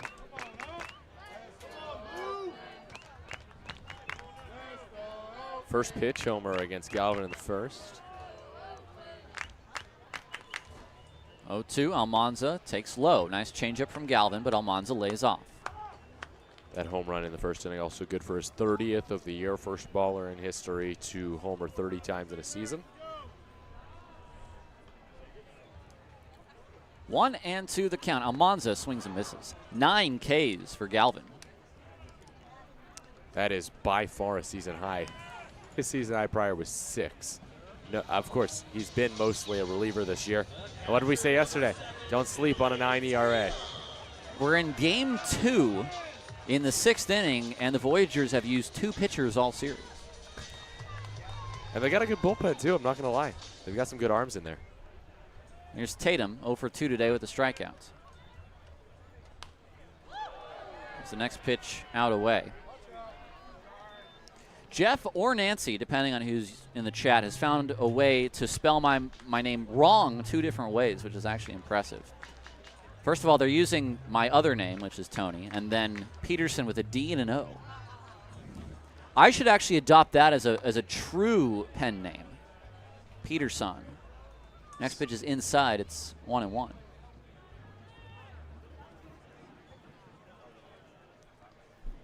As a former official scorer myself, I have had to read through the rule book a couple times. I'm trying to do it now. The 1-1 is outside.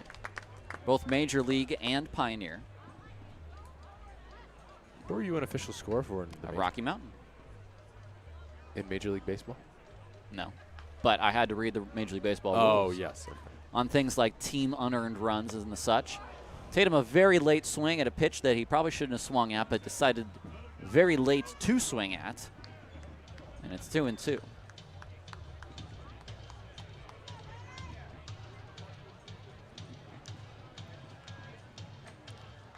Bases are empty here in the 6th.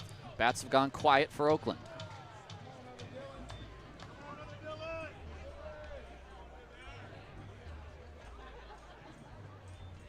But 2-2 is in the dirt.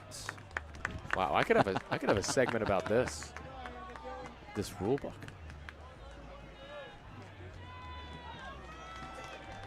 3-2. You like the rule book, don't you? I mean, there's a rule about no pepper games. Yeah, no pepper games. No fraternizing with the opponent either. The 3-2 pitch on its way to Tatum. Here it comes, and it's in the dirt. It's ball 4. I like that. That's very much Pioneer League as baseball as it used to be. No buddy. You gotta hate your opponent. You can't be friends. It's great. By the way, for those of you wondering, I will not respond if you call me Tony, ever. So, Hey, Tony. See? the name doesn't mean anything to me if it's called out.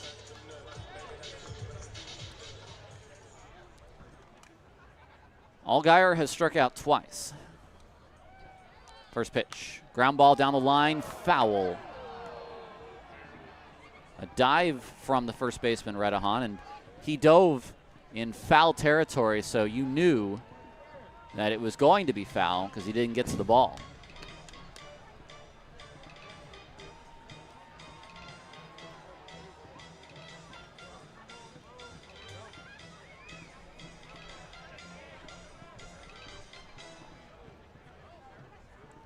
An 0-1 pitch to Allgaier. Ground ball again, foul. I wonder if Henry Hunter would like a 12:36 Miami time phone call after the game. So badly. Probably not. An email will have to suffice probably this time.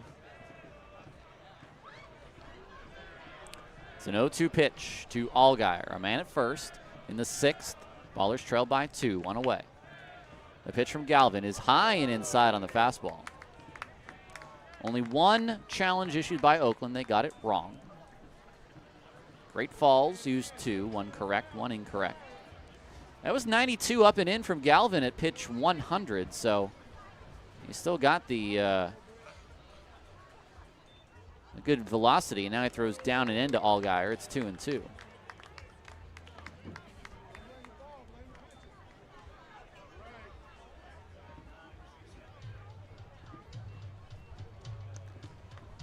Ballers Baseball on 860 AM, The Answer. I'm Tyler. He's Nevada.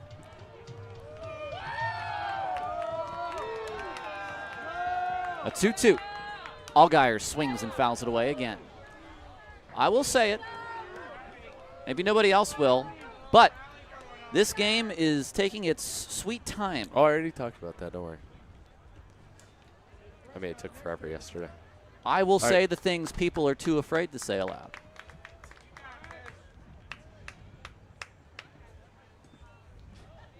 Next pitch is flown into the air. Left field. 3 Voyagers arrive in foul territory, and it drops fair! It dropped fair! It's going to be a single for Allgaier. That has got to be a base hit. Overrunning the ball is best, and it is fair. Called by the home plate umpire, Ricardo Rodriguez, from home plate, some 250 feet down the left field line. I think Mike Carr was just applauding Ricardo Rodriguez for spotting that. I saw Mike clapping. That'll bring up Leahy. Do you know what? That's a break. Yep. That is a break for the Ballers as far as they are concerned. That's their first hit since the 3rd, and only their 2nd hit since Almanza's home run. That gave them a 3-0 lead.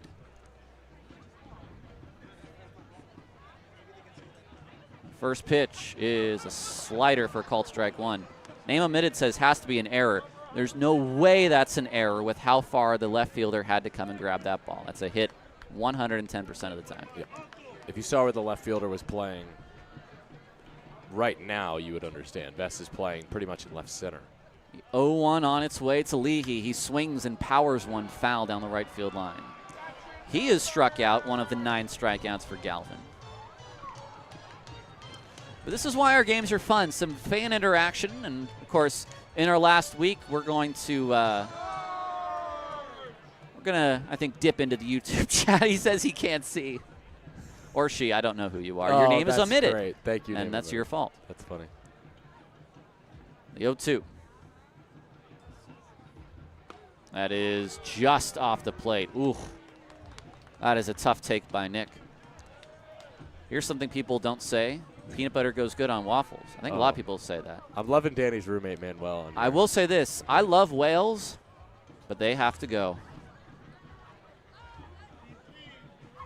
The 1-2 on its way is a ground ball softly hit past Galvin, charging the second baseman. His flip to first is not in time. It's an infield base hit. The breaks keep a-coming for Oakland. I mean, this is what you got to do if you want to get some runs against Galvin tonight, because he has just been that good, and it's taken a few lucky swings here to load him up. O'Hara with the bases loaded.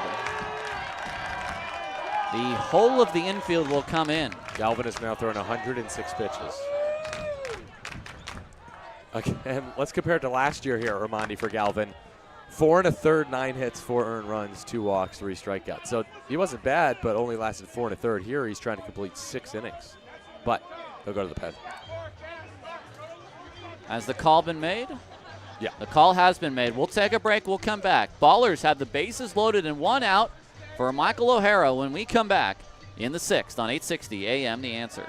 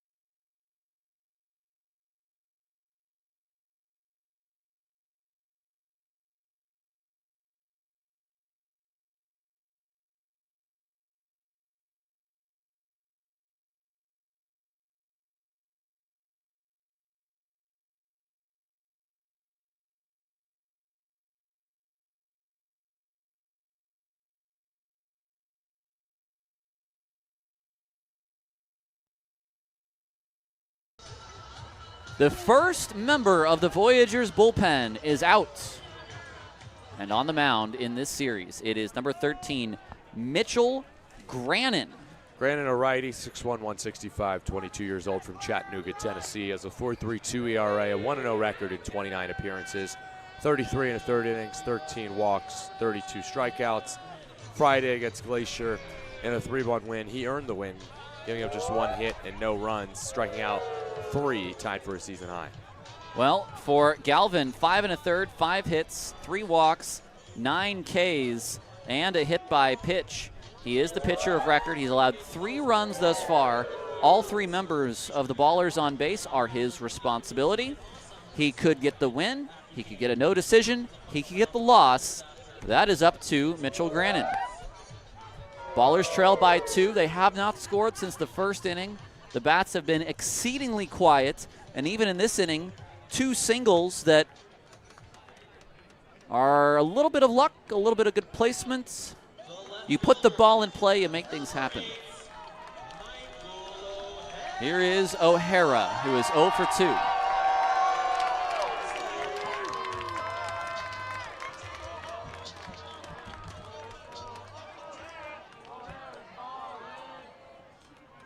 The first pitch from Grannon to O'Hara, a high leg kick, and the first pitch is a slider hit down the line foul. I mean, that's an El Duque leg kick right there.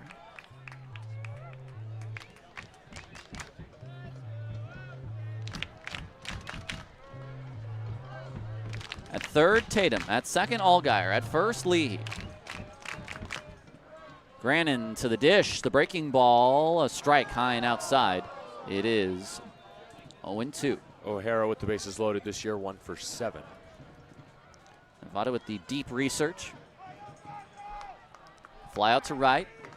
Ground ball to first. Grannon set. And his pitch to the plate. O'Hara swings and misses. A 3-pitch see-ya. And there's 2 away. 10 strikeouts for Voyagers pitching tonight. And now here comes Aaron Miles. We will get Isai Santos pinch hitting for Darryl Buggs. Santos with the bases loaded this season, 5 for 11, 455 average, and a grand slam. That was against Yuba Sutter on the 1st of August. Also has a bases clearing double against Yuba Sutter on the 8th of August, and a 2-run double at Rocky Mountain on the 17th of August. Those are all with bases loaded. 11 big flies, batting right at 300 for a guy that I think was batting maybe around 228 at one point this season. I'd love to see the July and August numbers for Isai Santos. Grannon to the dish. First pitch to Isai, drops in at the top of the zone for strike 1. Galvin and then Grannon. Not the easiest pair for a broadcaster, but we'll get through it.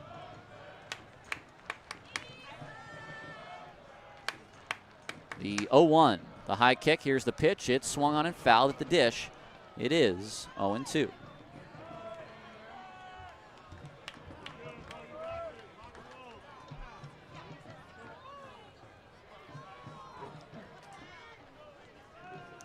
Grannon so far done his job. He's come in. He's got the strikeout of O'Hara. Can he get the strikeout of Santos? The 0-2 pitch. Santos looks at strike 3 called, and that was a dirty breaking ball. The inning is over. The Ballers do not score. They leave 3 on base. No runs, 2 hits, no errors, 3 left on. We go to the 7th. Ballers trail 5-3 on 860 AM. The Answer.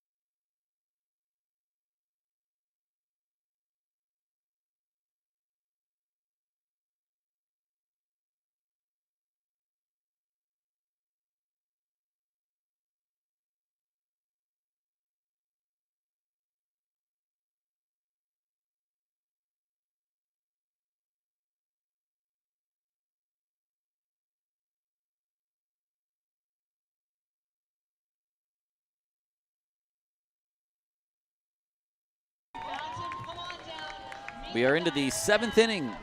A new pitcher for Oakland. It's Caleb Franzen. A 5-3 game against the Great Falls Voyagers. Remember, this team beat Oakland 3 out of 6 last year at home. Oakland won game 1 yesterday in a very close contest, a 2-1 win for Oakland. They trail now today 5-3.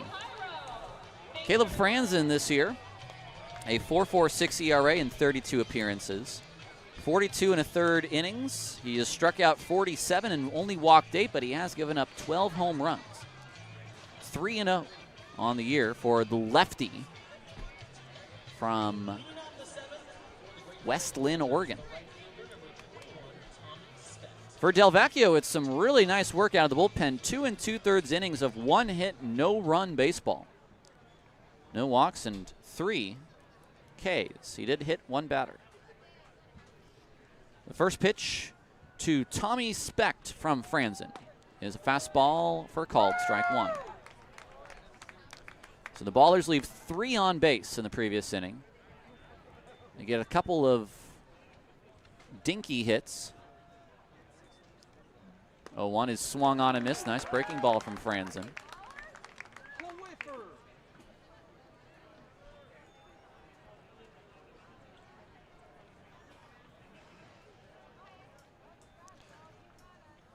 Ballers have come back from quite a few games this year, more than myself and Aaron could recount earlier before the game. We were talking about some of those Oakland comebacks. Cobb on opening night, Cobb against Colorado Springs, Allgaier against the High Wheelers, Santos against the High Wheelers, Tatum against Glacier, Tatum against Rocky Mountain, Tatum against Yuba. The 0-2 pitch is down low. Santos again against Yuba on Sunday. They love the late leads. I will say it does feel like the Voyagers are in charge right now.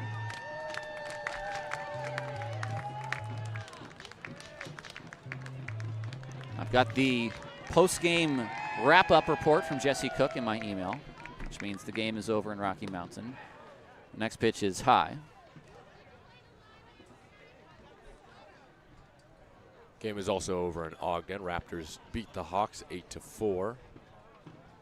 Vibes win 7-5. 2-2 is lined down the right field line. Could be trouble, and is. Into the corner. Santos is going to pick it up. Thinking 2 is Specht. He's got only 2, and it's a leadoff double. Not a bad pitch there from Franzen. I think it was a breaking ball in. And Specht just got the hands inside and hit it down the line. That'll bring up A.J. Fritz. 7-3 Yuba in the 5th right now. Idaho Falls wins 11-4 against Glacier.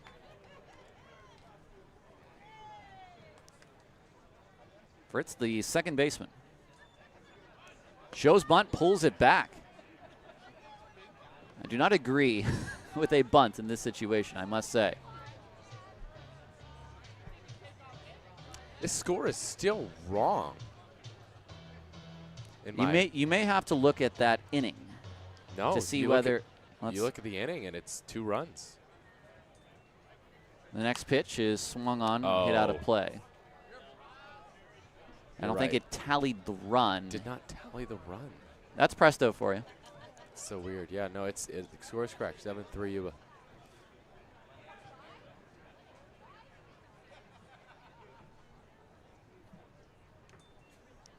The next pitch is inside. It's 2-1. Fritz, 2 doubles in today's game, including a 2-run double in the 3rd.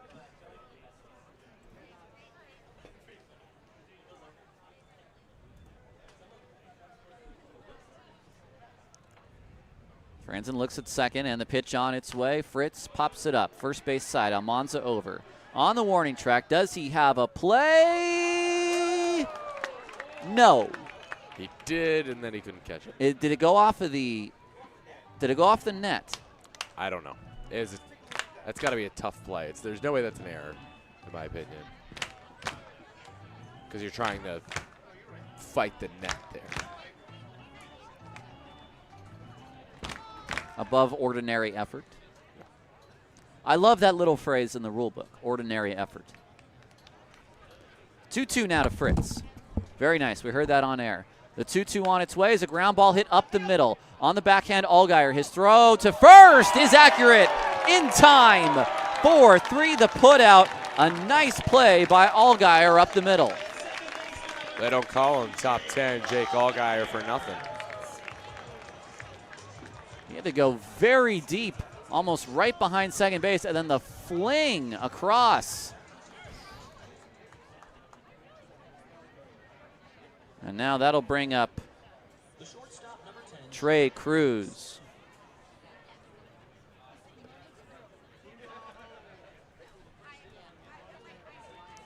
First pitch, swung on and missed.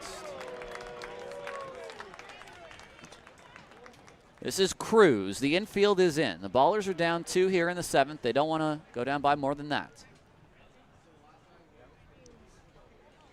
The 0-1. Fouled at the plate, 0-2. I think Franzen may be the first man out of the bullpen in the playoffs to face a lefty, but they could have up to 3 lefties in the pen on any given night. I think one of the starters might be designated as the extra inning man for any one playoff game. The 0-2. Cruz takes in the dirt, blocked by Tatum. Oh, yeah. I could see a extra inning game, Zach St. Pierre going out there and just shoving for 3 innings and then the Ballers walking it off. I don't want that. That's too much nerves. I want 10-0 in every game, but I could see it. I don't want a game going extra unless we're the ones that force it. Fair. A 1-2. Grounded foul at the plate again. Although I won't complain however the Ballers want to get it done. Look, if they want to win, I will let them.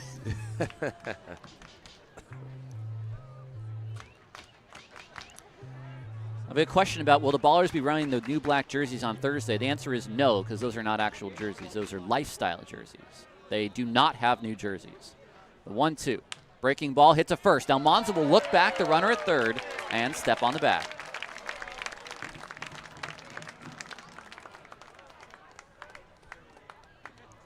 That'll bring up Swenda. A similar situation, actually, earlier this game that Binns nearly got out of the inning. Could not. And now Franzen needs to try to get through this. The leadoff double. And now 2 ground outs. Here's Swenda, who is 0 for 2 with a walk. The first pitch. Hit to right field. Santos is in. He's clocked it. He is there. He makes the catch, and the inning is over. No runs on a hit, no errors. A man left on base. Ballers will stretch, and then they will try to get this lead back with the top of the order in McKenzie, Helmick, and Buford. 5-3 Voyagers on 860 AM. The answer.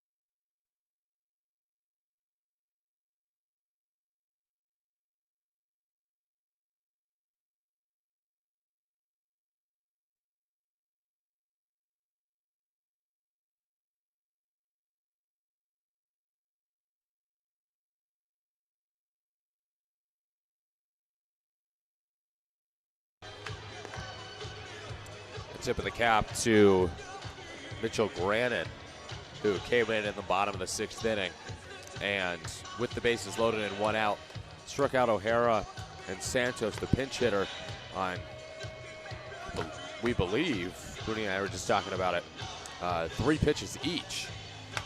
And he is back out to start the bottom of the 7th with a righty due up. Now there is a lefty next in Lou Helmick, then another righty in Buford, lefty Almanza, righty. It really is righty, lefty, righty, lefty. So there doesn't seem to be anyone warming. And Brandon, who pitched 2 innings Friday, I would expect him to complete this 7th inning. This is me, Nevada Cullen, just checking in here in the 7th. As McKenzie takes low, 1-0. Consider this me doing a light lift, a half inning at a time. 5-3 Ballers trail, bottom 7. First was a ball, second to McKenzie is fouled away to the right, 1-1. McKenzie today has walked twice, stolen 3 bases, and scored once. He's 0 for 1 with a flyout otherwise. Traded from Colorado Springs to Oakland a little bit more than a week ago. 1-1 granted at the belt. The righty kicks and fires. McKenzie drills a line drive into the shortstop's mitt. That's Cruz who makes the catch. And there's 1 away. Line out for McKenzie will yield Lou Helmick.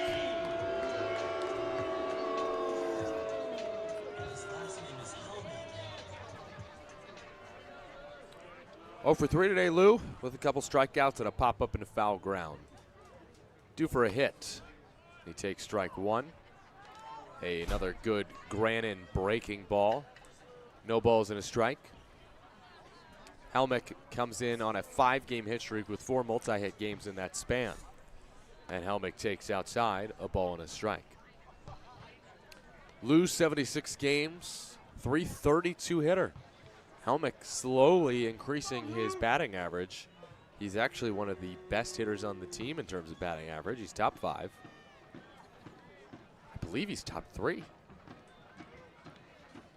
Lou swing and a miss, 1-2. Well, that's with qualifying players. Jake Allgaier has a 3. No, actually he's down to .333, so Lou's even hitting close to him at .332. Third best qualified batting average. There we go. 1-2 pitch. Helmick takes ball 2. That was maybe a different breaking ball from Grannon, but still a breaking ball the same. Looked like maybe a slower curveball at 77. And Helmick takes low. So 2-2, Grannon set at the belt. Lifts the leg and fires. Helmick strokes it foul off to the left. Watch out, Cars. I think that might have been shy. You can tell Nevada's getting better. Not quite there yet. No, you can tell it's still hanging around. But hopefully tomorrow, I'm back and better than ever. Or at least close to. Helmick scoots out of the way of ball 3. That was at the feet. If you were better than ever, then I would want to get sick too. Because I would want to then be better than ever. Right. Imagine both of us, you know, better than ever. I don't know. Payoff pitch. Helmick swings, lifts it, left field over towards the line. Vest in foul ground. Makes the catch this time. 2 away. Over to you, Tyler. I'll bring up Cam Buford with 2 outs. Buford, 2 hits today. He's the only member of Oakland's 9 with a multi-hit game. Bottom of the 7th, Ballers trail by 2.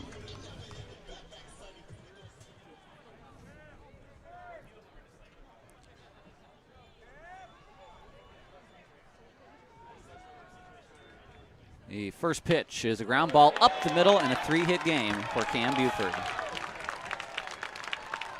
He now has retaken the team lead in hits from Danny Harris. I'm going to bring up Christian Almanza, who has already homered once in today's game. A bloop and a blast is all Oakland needs, and that Cam single was better than a bloop.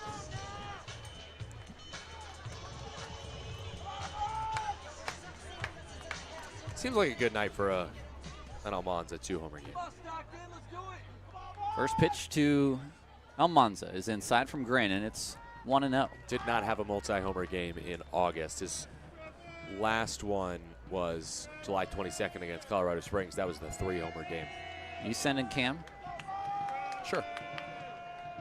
No. Slide step from Grannon. The next pitch is high and away. Well, if you're going to have the big kick, you better have a slide step too.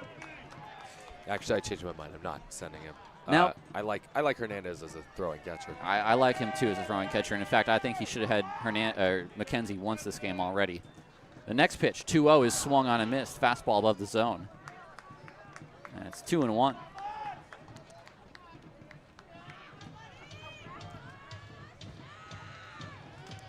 Two outs, Buford at first in the bottom of the 7th. Grannon to the plate. Almanza swings and misses again. So from 2-0 to 2-2. Attacked him that time. Ton of sliders. Granite just ripping slider after slider.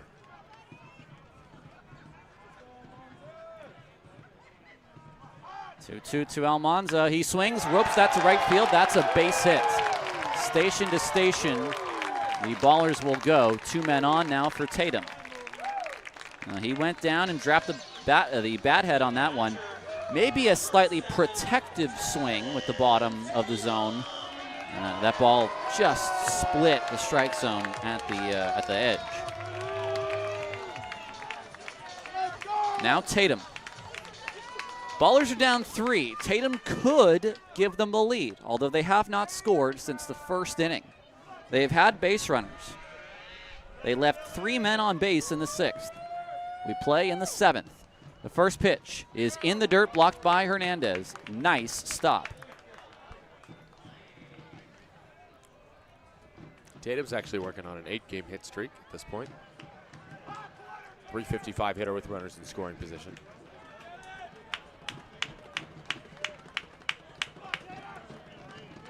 Set is Grannon. The 1-0. Tatum takes the slider on the outside corner for a called strike 1. Ballers challenges. 2 left. Great Falls, 2 left. Defense playing behind both runners. Buford at second, Almanza at first.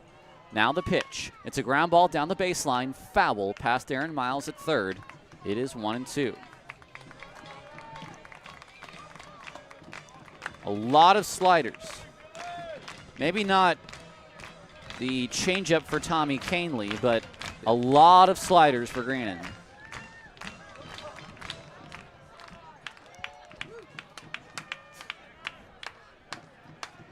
One, two. Tatum waits. A look at second. The high kick. The pitch, it's down low.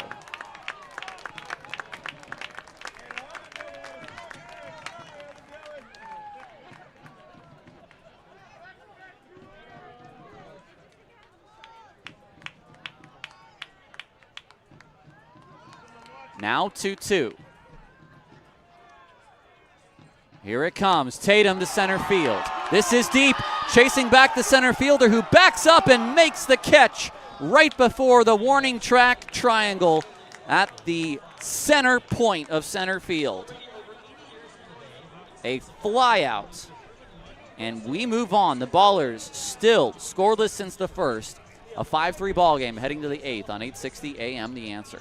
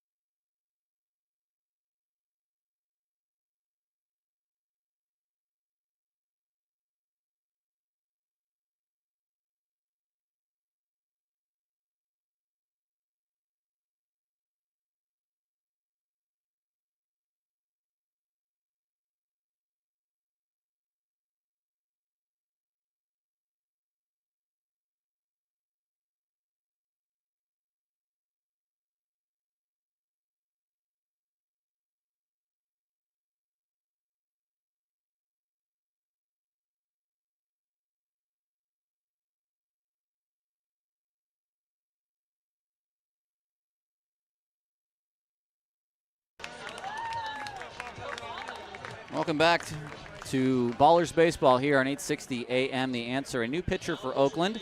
I'm Tyler Peterson with Nevada Cullen. It's Adam Bogosian who is into the ball game. Bogo, as he is affectionately known by his teammates, his 30th appearance of the year for the young right-hander, a 5.67 ERA, 3-0, 2 saves on the year, 45 Ks to only 14 walks in 46 innings. Batters hitting .294 against him. Caleb Franzen, 1 semi-clean inning, just a double allowed. Otherwise, an inning, a hit, no runs, no walks, no Ks. Bogo will face Vest, Corona, and Hernandez. If it's a quick inning and the Ballers do not score, he'll likely pitch the ninth. If it's a quick inning and the Ballers do score, you may see someone else up for the 9th inning. This next half inning, I don't know if Sully would pitch again, but sitting on 19, trying to get to 20 for a new record, it's got to happen sooner than later with only 4 more games after this if he wants that 20 saves record. The first pitch is a strike to Vest.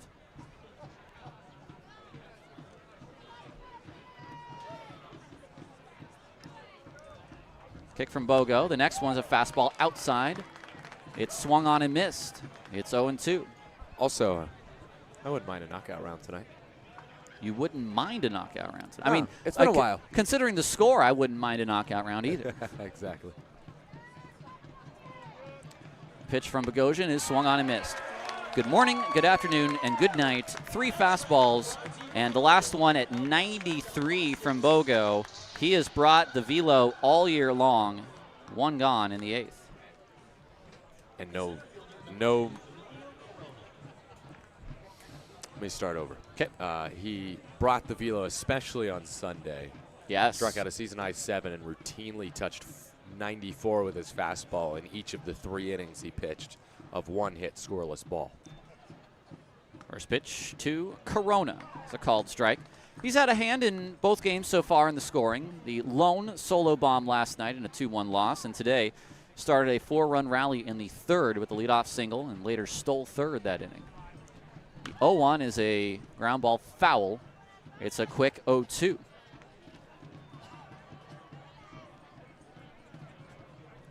Bear down here, Bogo. Come on.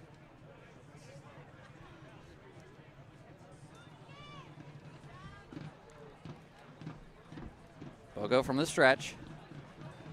The pitch on its way, and it's low. Every time I even think about an immaculate inning, it immediately goes away. Well, you know what? We were more than halfway there. We were living on a prayer.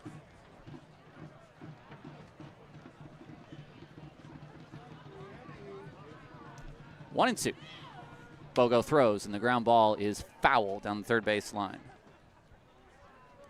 5-3, Voyagers lead here in the 8th. Now, last year it was much more frustrating to lose to Great Falls because the Ballers were still in it the last week and had a shot at a playoff spot. The 1-2 pitch is swung on and fouled away. I think even with a sweep of Great Falls, they would have still missed the playoffs by a game because of Glacier.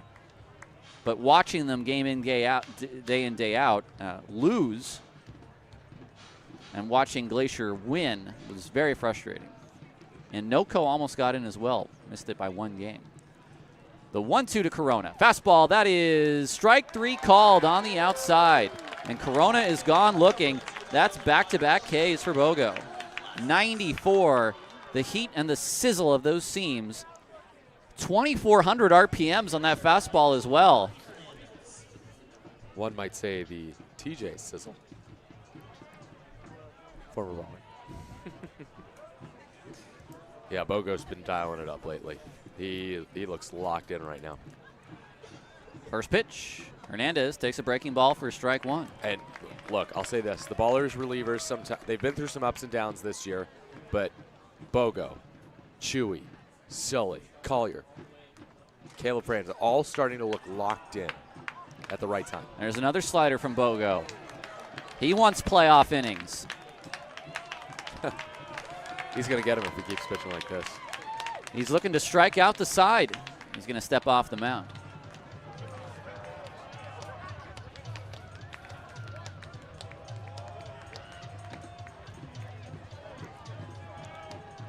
Goshen set. Pitch on its way is a slider in the dirt.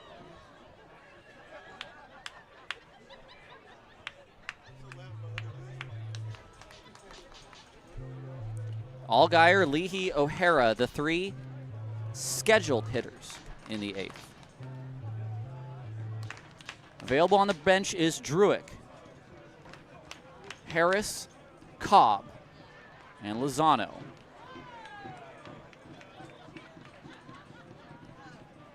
The 1-2 from Bogo, he steps off.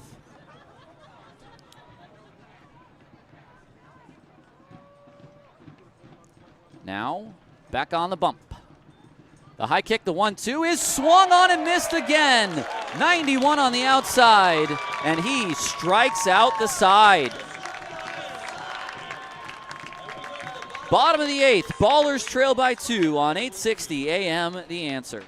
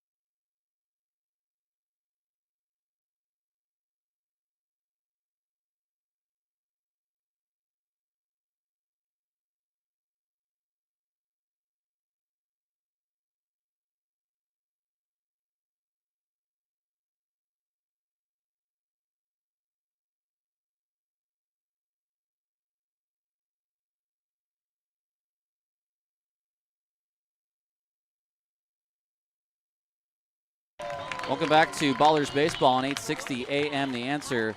The Voyagers go back to the pen again. It's the right-hander. Is that Nolan Pender out on the hill? Let's see. We're going to get the binocs. And yes, 28. Nolan Pender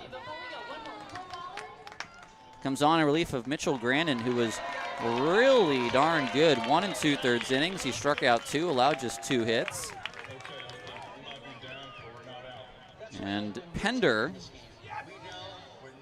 on the year is a 5.85 ERA. This will be the 39th appearance for Pender, who is Sean Repay's every other game man. 52 in a 3rd innings. 3 saves on the year as well. He has struck out 78 and 83 in 2/3 innings. Allgaier up first.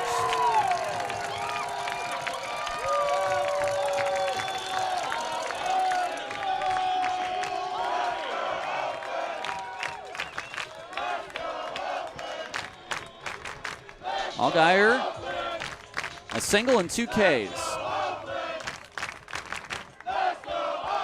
First pitch, inside, it's 1-0. And now Hernandez is going to come out and have a chat with Pender. Let's go Oakland! Let's go Oakland! Let's go Oakland! Let's go Oakland! Let's go Oakland! Let's go Oakland! Let's go Oakland!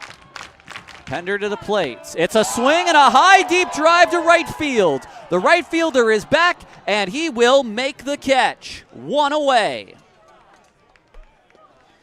He gave it a good ride, did Jake Allgaier, but it was not hit deep enough. Now here's Nick Leahy. The shortstop, number 23, Nick Leahy. Leahy, an infield single in the 6th. Ballers down to 5 outs. They trail by 2. First pitch, way outside. It's 1-0. 7 hits for Oakland now, but they trail 5-3. They've out-hit the Voyagers.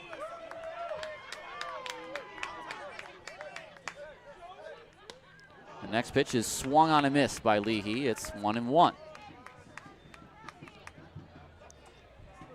O'Hara on deck and Santos in the hole. Pender set. The 1-1. Leahy swings and misses. 94 right down the middle.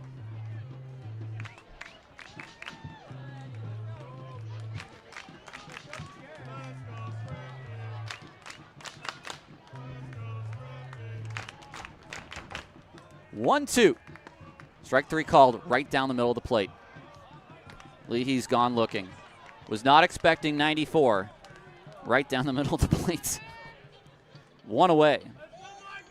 12 strikeouts for Voyagers pitching. Here's O'Hara.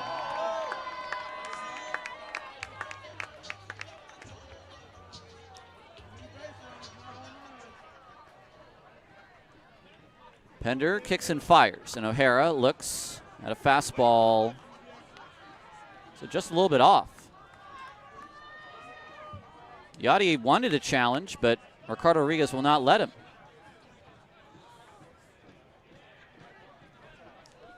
Are they going to allow the challenge or not? And they won't allow a challenge. Okay. I don't think Ricardo Rodriguez saw the challenge from Hernandez. It's 1-0. The pitch. Swung on, fouled away. It's 1-1. 95 from Pender. This is some good velo right now.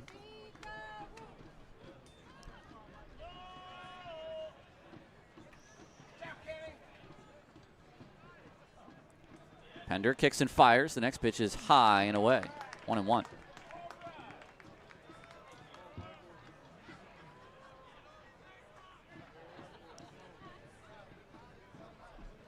.94 that time. The 2-1. Back up the middle, under the glove of Pender. The shortstop charges. No throw. Infield single for O'Hara. 2 outs for Santos and a runner at first. Bloop and a blast. That would be a bloop. That definitely qualifies as the bloop. Santos struck out looking at a big curveball from Brannon in the previous inning. Maybe the fastball is what he needs. It was a fastball from Bryant that he hit out for a grand slam. I think that was at 96. Let's say it was. Here's the first pitch from Pender to Santos. He swings. It's a ground ball to first. Gobbled up by Redahan. He goes to the bag, and the inning is over. No runs on a hit, no errors, a man left on base. We head to the 9th. It is still 5-3 on 860 AM The Answer.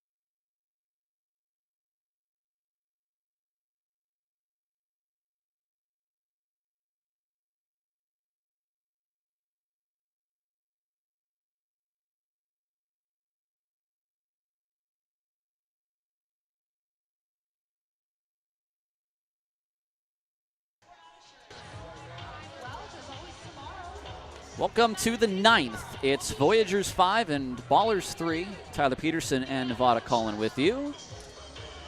For Oakland, they've had their chances. They've had base runners. They have not put a run on the board since the first. Galvin right now is pitcher of record for the win, and Benz right now on the hook for the loss. Neither bullpen has allowed a run yet, and Bogosian is on the mound into his second inning of work after striking out the side in the ninth. Or in the eighth, rather. We'll start with Schmack, the DH, and then go to Redahan and Specht. Redahan, I guess.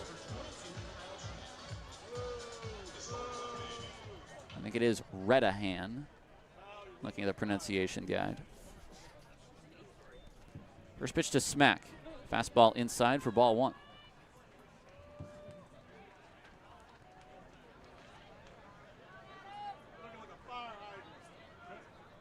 Bogosian's job is keep this a 2-run game until the bottom of the inning.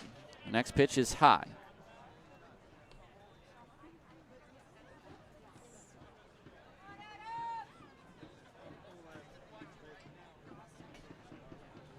The righty set. He throws, it's swung on and missed. Fastball right past the bat.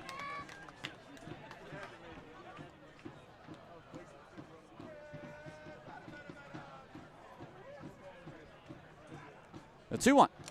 It hits the bat of Schmack, and it's 2-2. It was a total mistake by Schmack, who started to move the hands, and then it hit the bat foul. 10-game hit streak on the line here for Schmack. He was hit by a pitch earlier on the hands.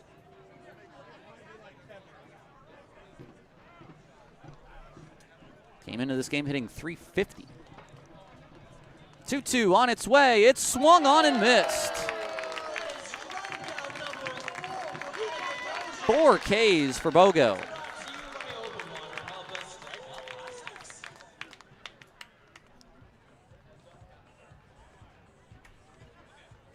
One away for Redahan. Lilla. Just think of it this way. Help you remember it. Let me think of something. Hold on. First pitch is, I think, swung on and missed. Yes, indeed.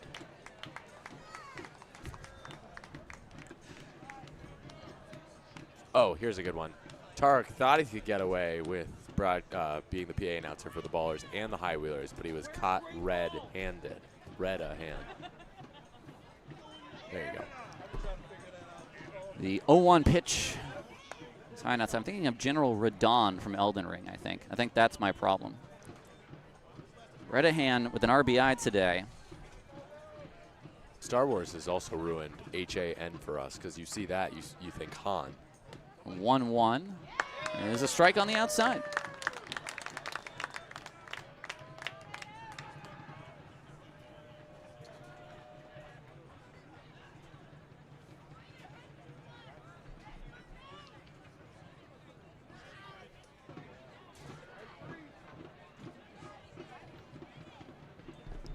One and two. We have time at the plate.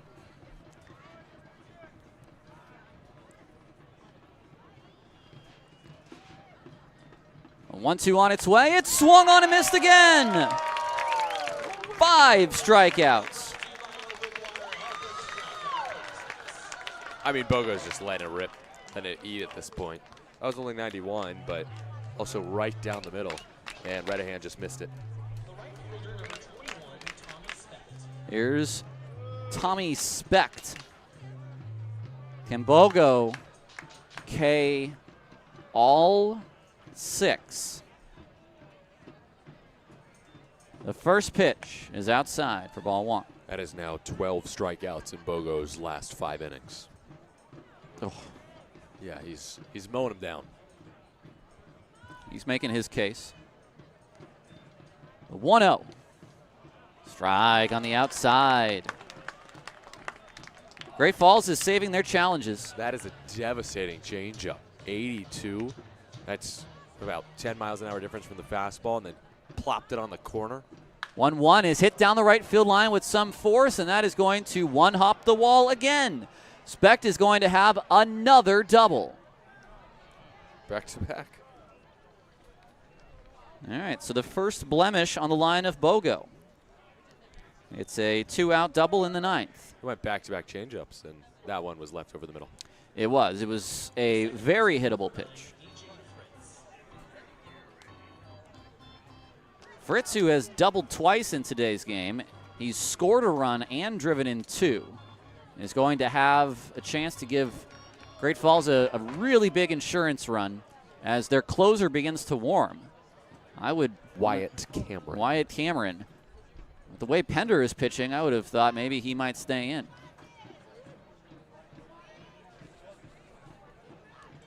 The first pitch is swung on and fouled away.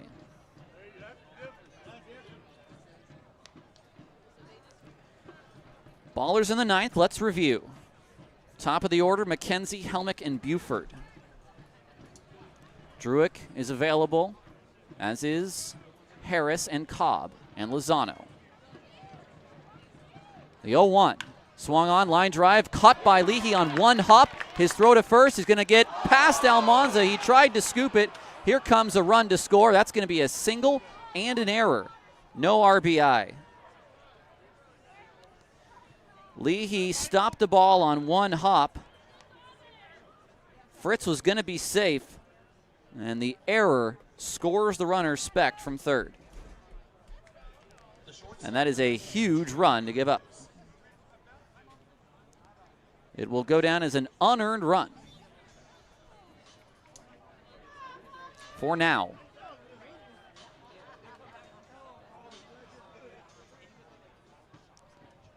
Here's Cruz. First pitch. Fastball, called strike on the outside. It's 0-1. So they do get an insurance run. They're going to give Cameron at least 3 for a save opportunity. There goes the runner. The throw from Tatum is going to sail into center field. It's a stolen base. Picking up the ball is McKenzie, and Fritz did not read it in time. He will be at second and no further.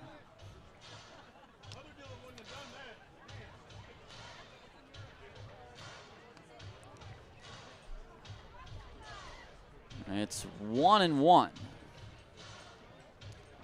An unearned run in the ninth has given Great Falls a 6th run. It's their first run since the 4th.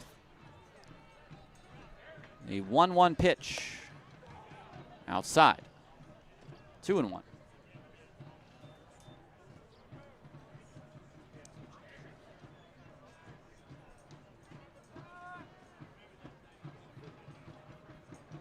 Bogo kicks and fires. It's swung on and missed. It's 2-2. Needs that final out. 3 is still manageable. 4, you can even tie the game on one swing of the bat, but that's still asking a lot, even at 3. 2-2. Bogo looks at second. He fires to the plate. It's swung on and fouled back. Cruz was ready. He is 1 for 3 today. That was 93 high and away. I think it would have been a strike.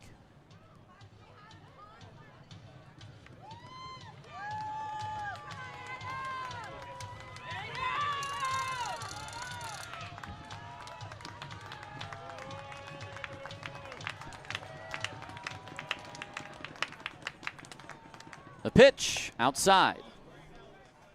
3-2.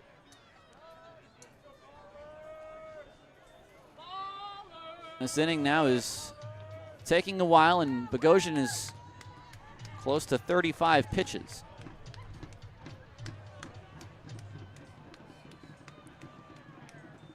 Bogo to the plate. It's swung on and missed. He gets his 6th strikeout. He does strike out the side, but it's an unearned run that scores in the inning. It's 6-3, headed to the 9th. Ballers need 3 to tie and 4 to go home. On 860 AM, The Answer.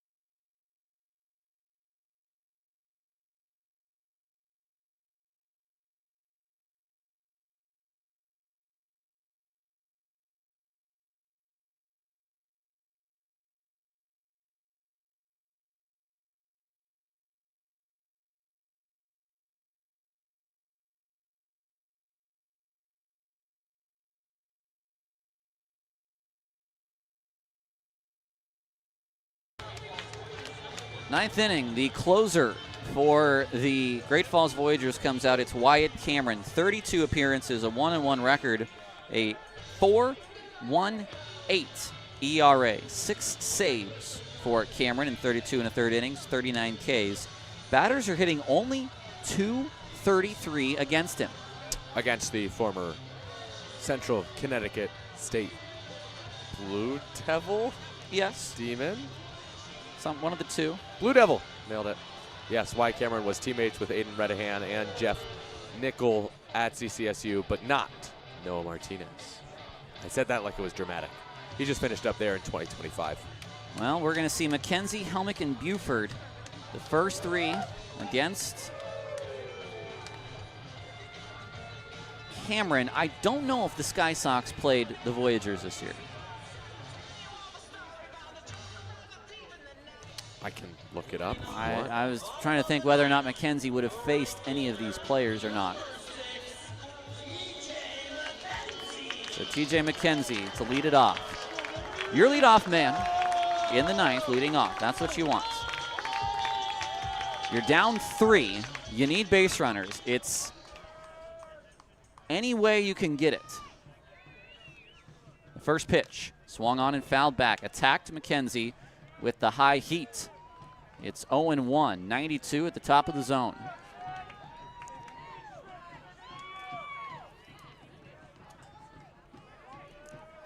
Oh-1. Cameron to the dish. The slider is in there for strike 2.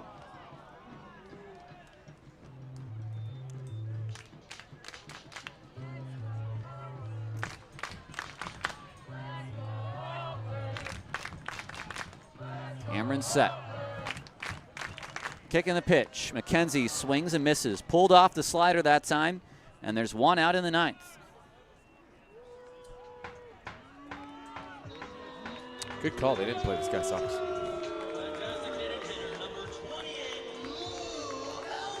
Lou Helmick now, the DH.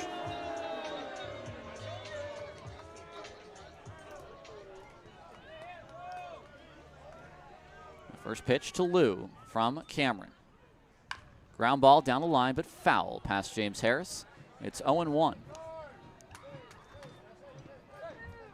Drum's still beating, but I think a lot of the hope has left this crowd.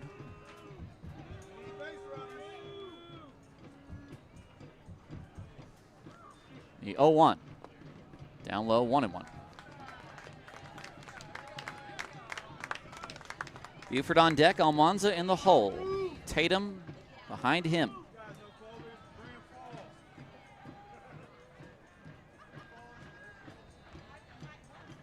The 1-1. Helmick takes a fastball off the plate. 2-1 to Lou.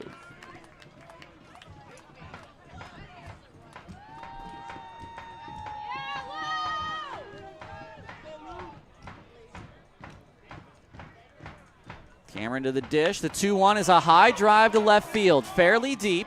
Back is the left fielder. He's on the track, and he will make the catch. An 0 for 5 night for Helmick, and there's 2 down.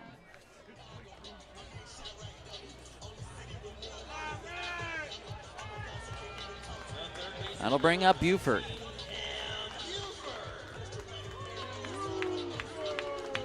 That last pitch was 94 from Cameron.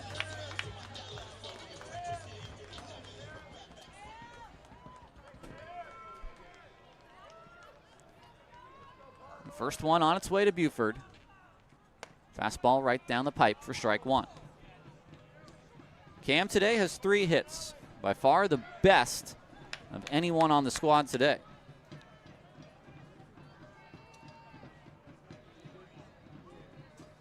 Next pitch, a high chopper behind Cameron. This will die on the grass, and Buford has a 4th hit. 4 hits for Buford.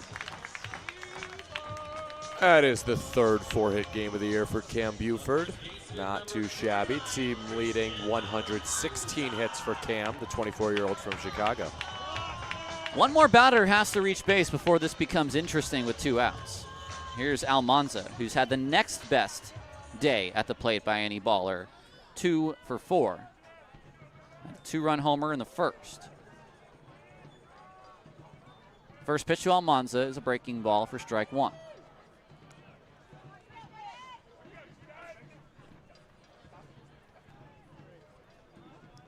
The 8th hit for Oakland. Nothing other than a single since the home run. Ground ball foul. 9th hit for Oakland, actually. 1, 2, 3, 4, 5, 6, 7, 8 singles for Oakland and a home run by Almanza. Won't get it done on most nights. The 0-2. Almanza swings and misses. That's the ball game. The Voyagers win this second game of this 6-game series by the score of 6-3. We'll take a break and come back for our Ballers postgame show on 860 AM The Answer.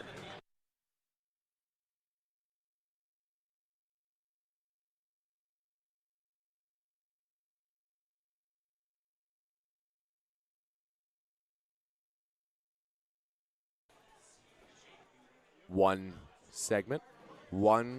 Thanks, Chris. The train to Buffalo will be arriving on platform 4.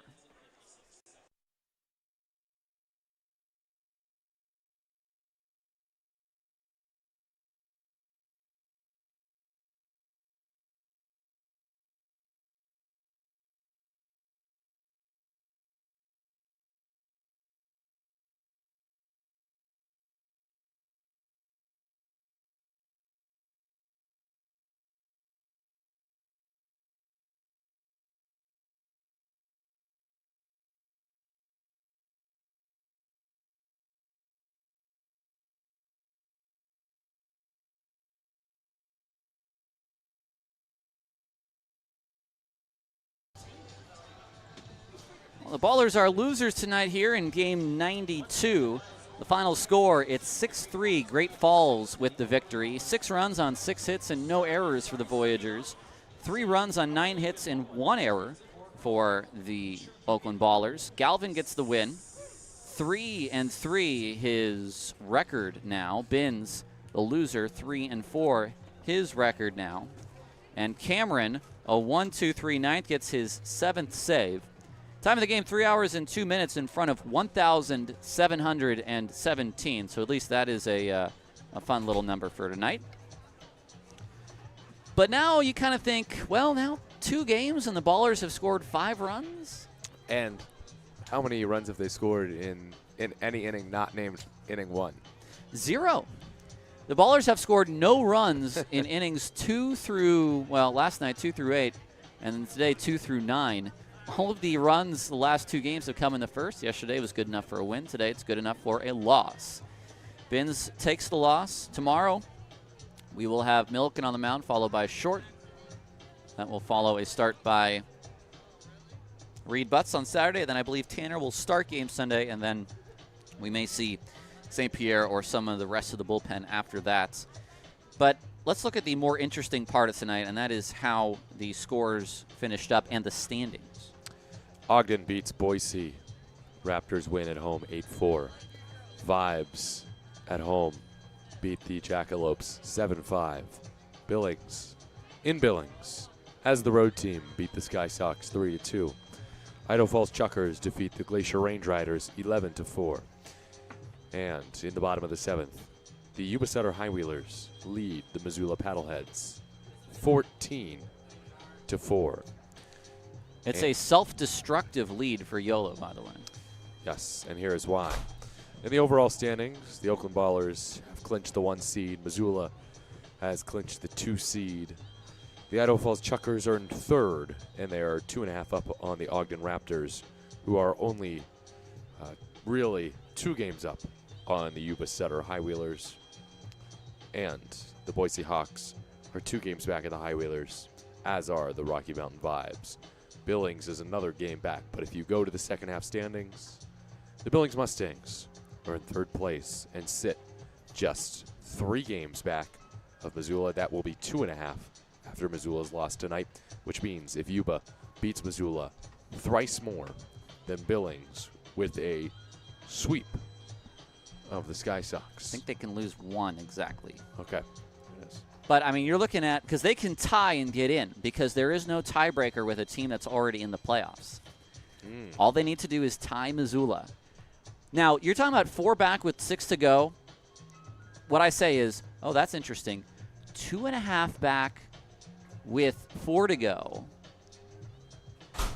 Well, because Missoula has the makeup game. Yes. So let's say 2 back, maybe, with Yep. 4 to, that's a lot more interesting now. Oh, yeah. So we're going to keep a very close eye on that. That will directly impact who the Ballers play. I do believe if Billings gets a playoff spot, that will mean Billings will automatically go to the 3 seed, and the wild card Chuckers will be the opponent of Oakland, leaving Ogden out of the playoffs. So that would be some very high drama, and kudos to Billings if they get it done, and commiserations for Ogden for fighting to the last breath here in the end of the second half. But we have a long, long time before that happens. All right. That's it from Raimondi tonight for us. I want to thank Bryce. I want to thank Chris and Ben and everyone else that made this broadcast possible. Thank you, Nevada. I want to thank you for tuning in tonight on 860 AM The Answer on our Virch stream and on our YouTube stream as well. We'll see you tomorrow at 6:30, pack time.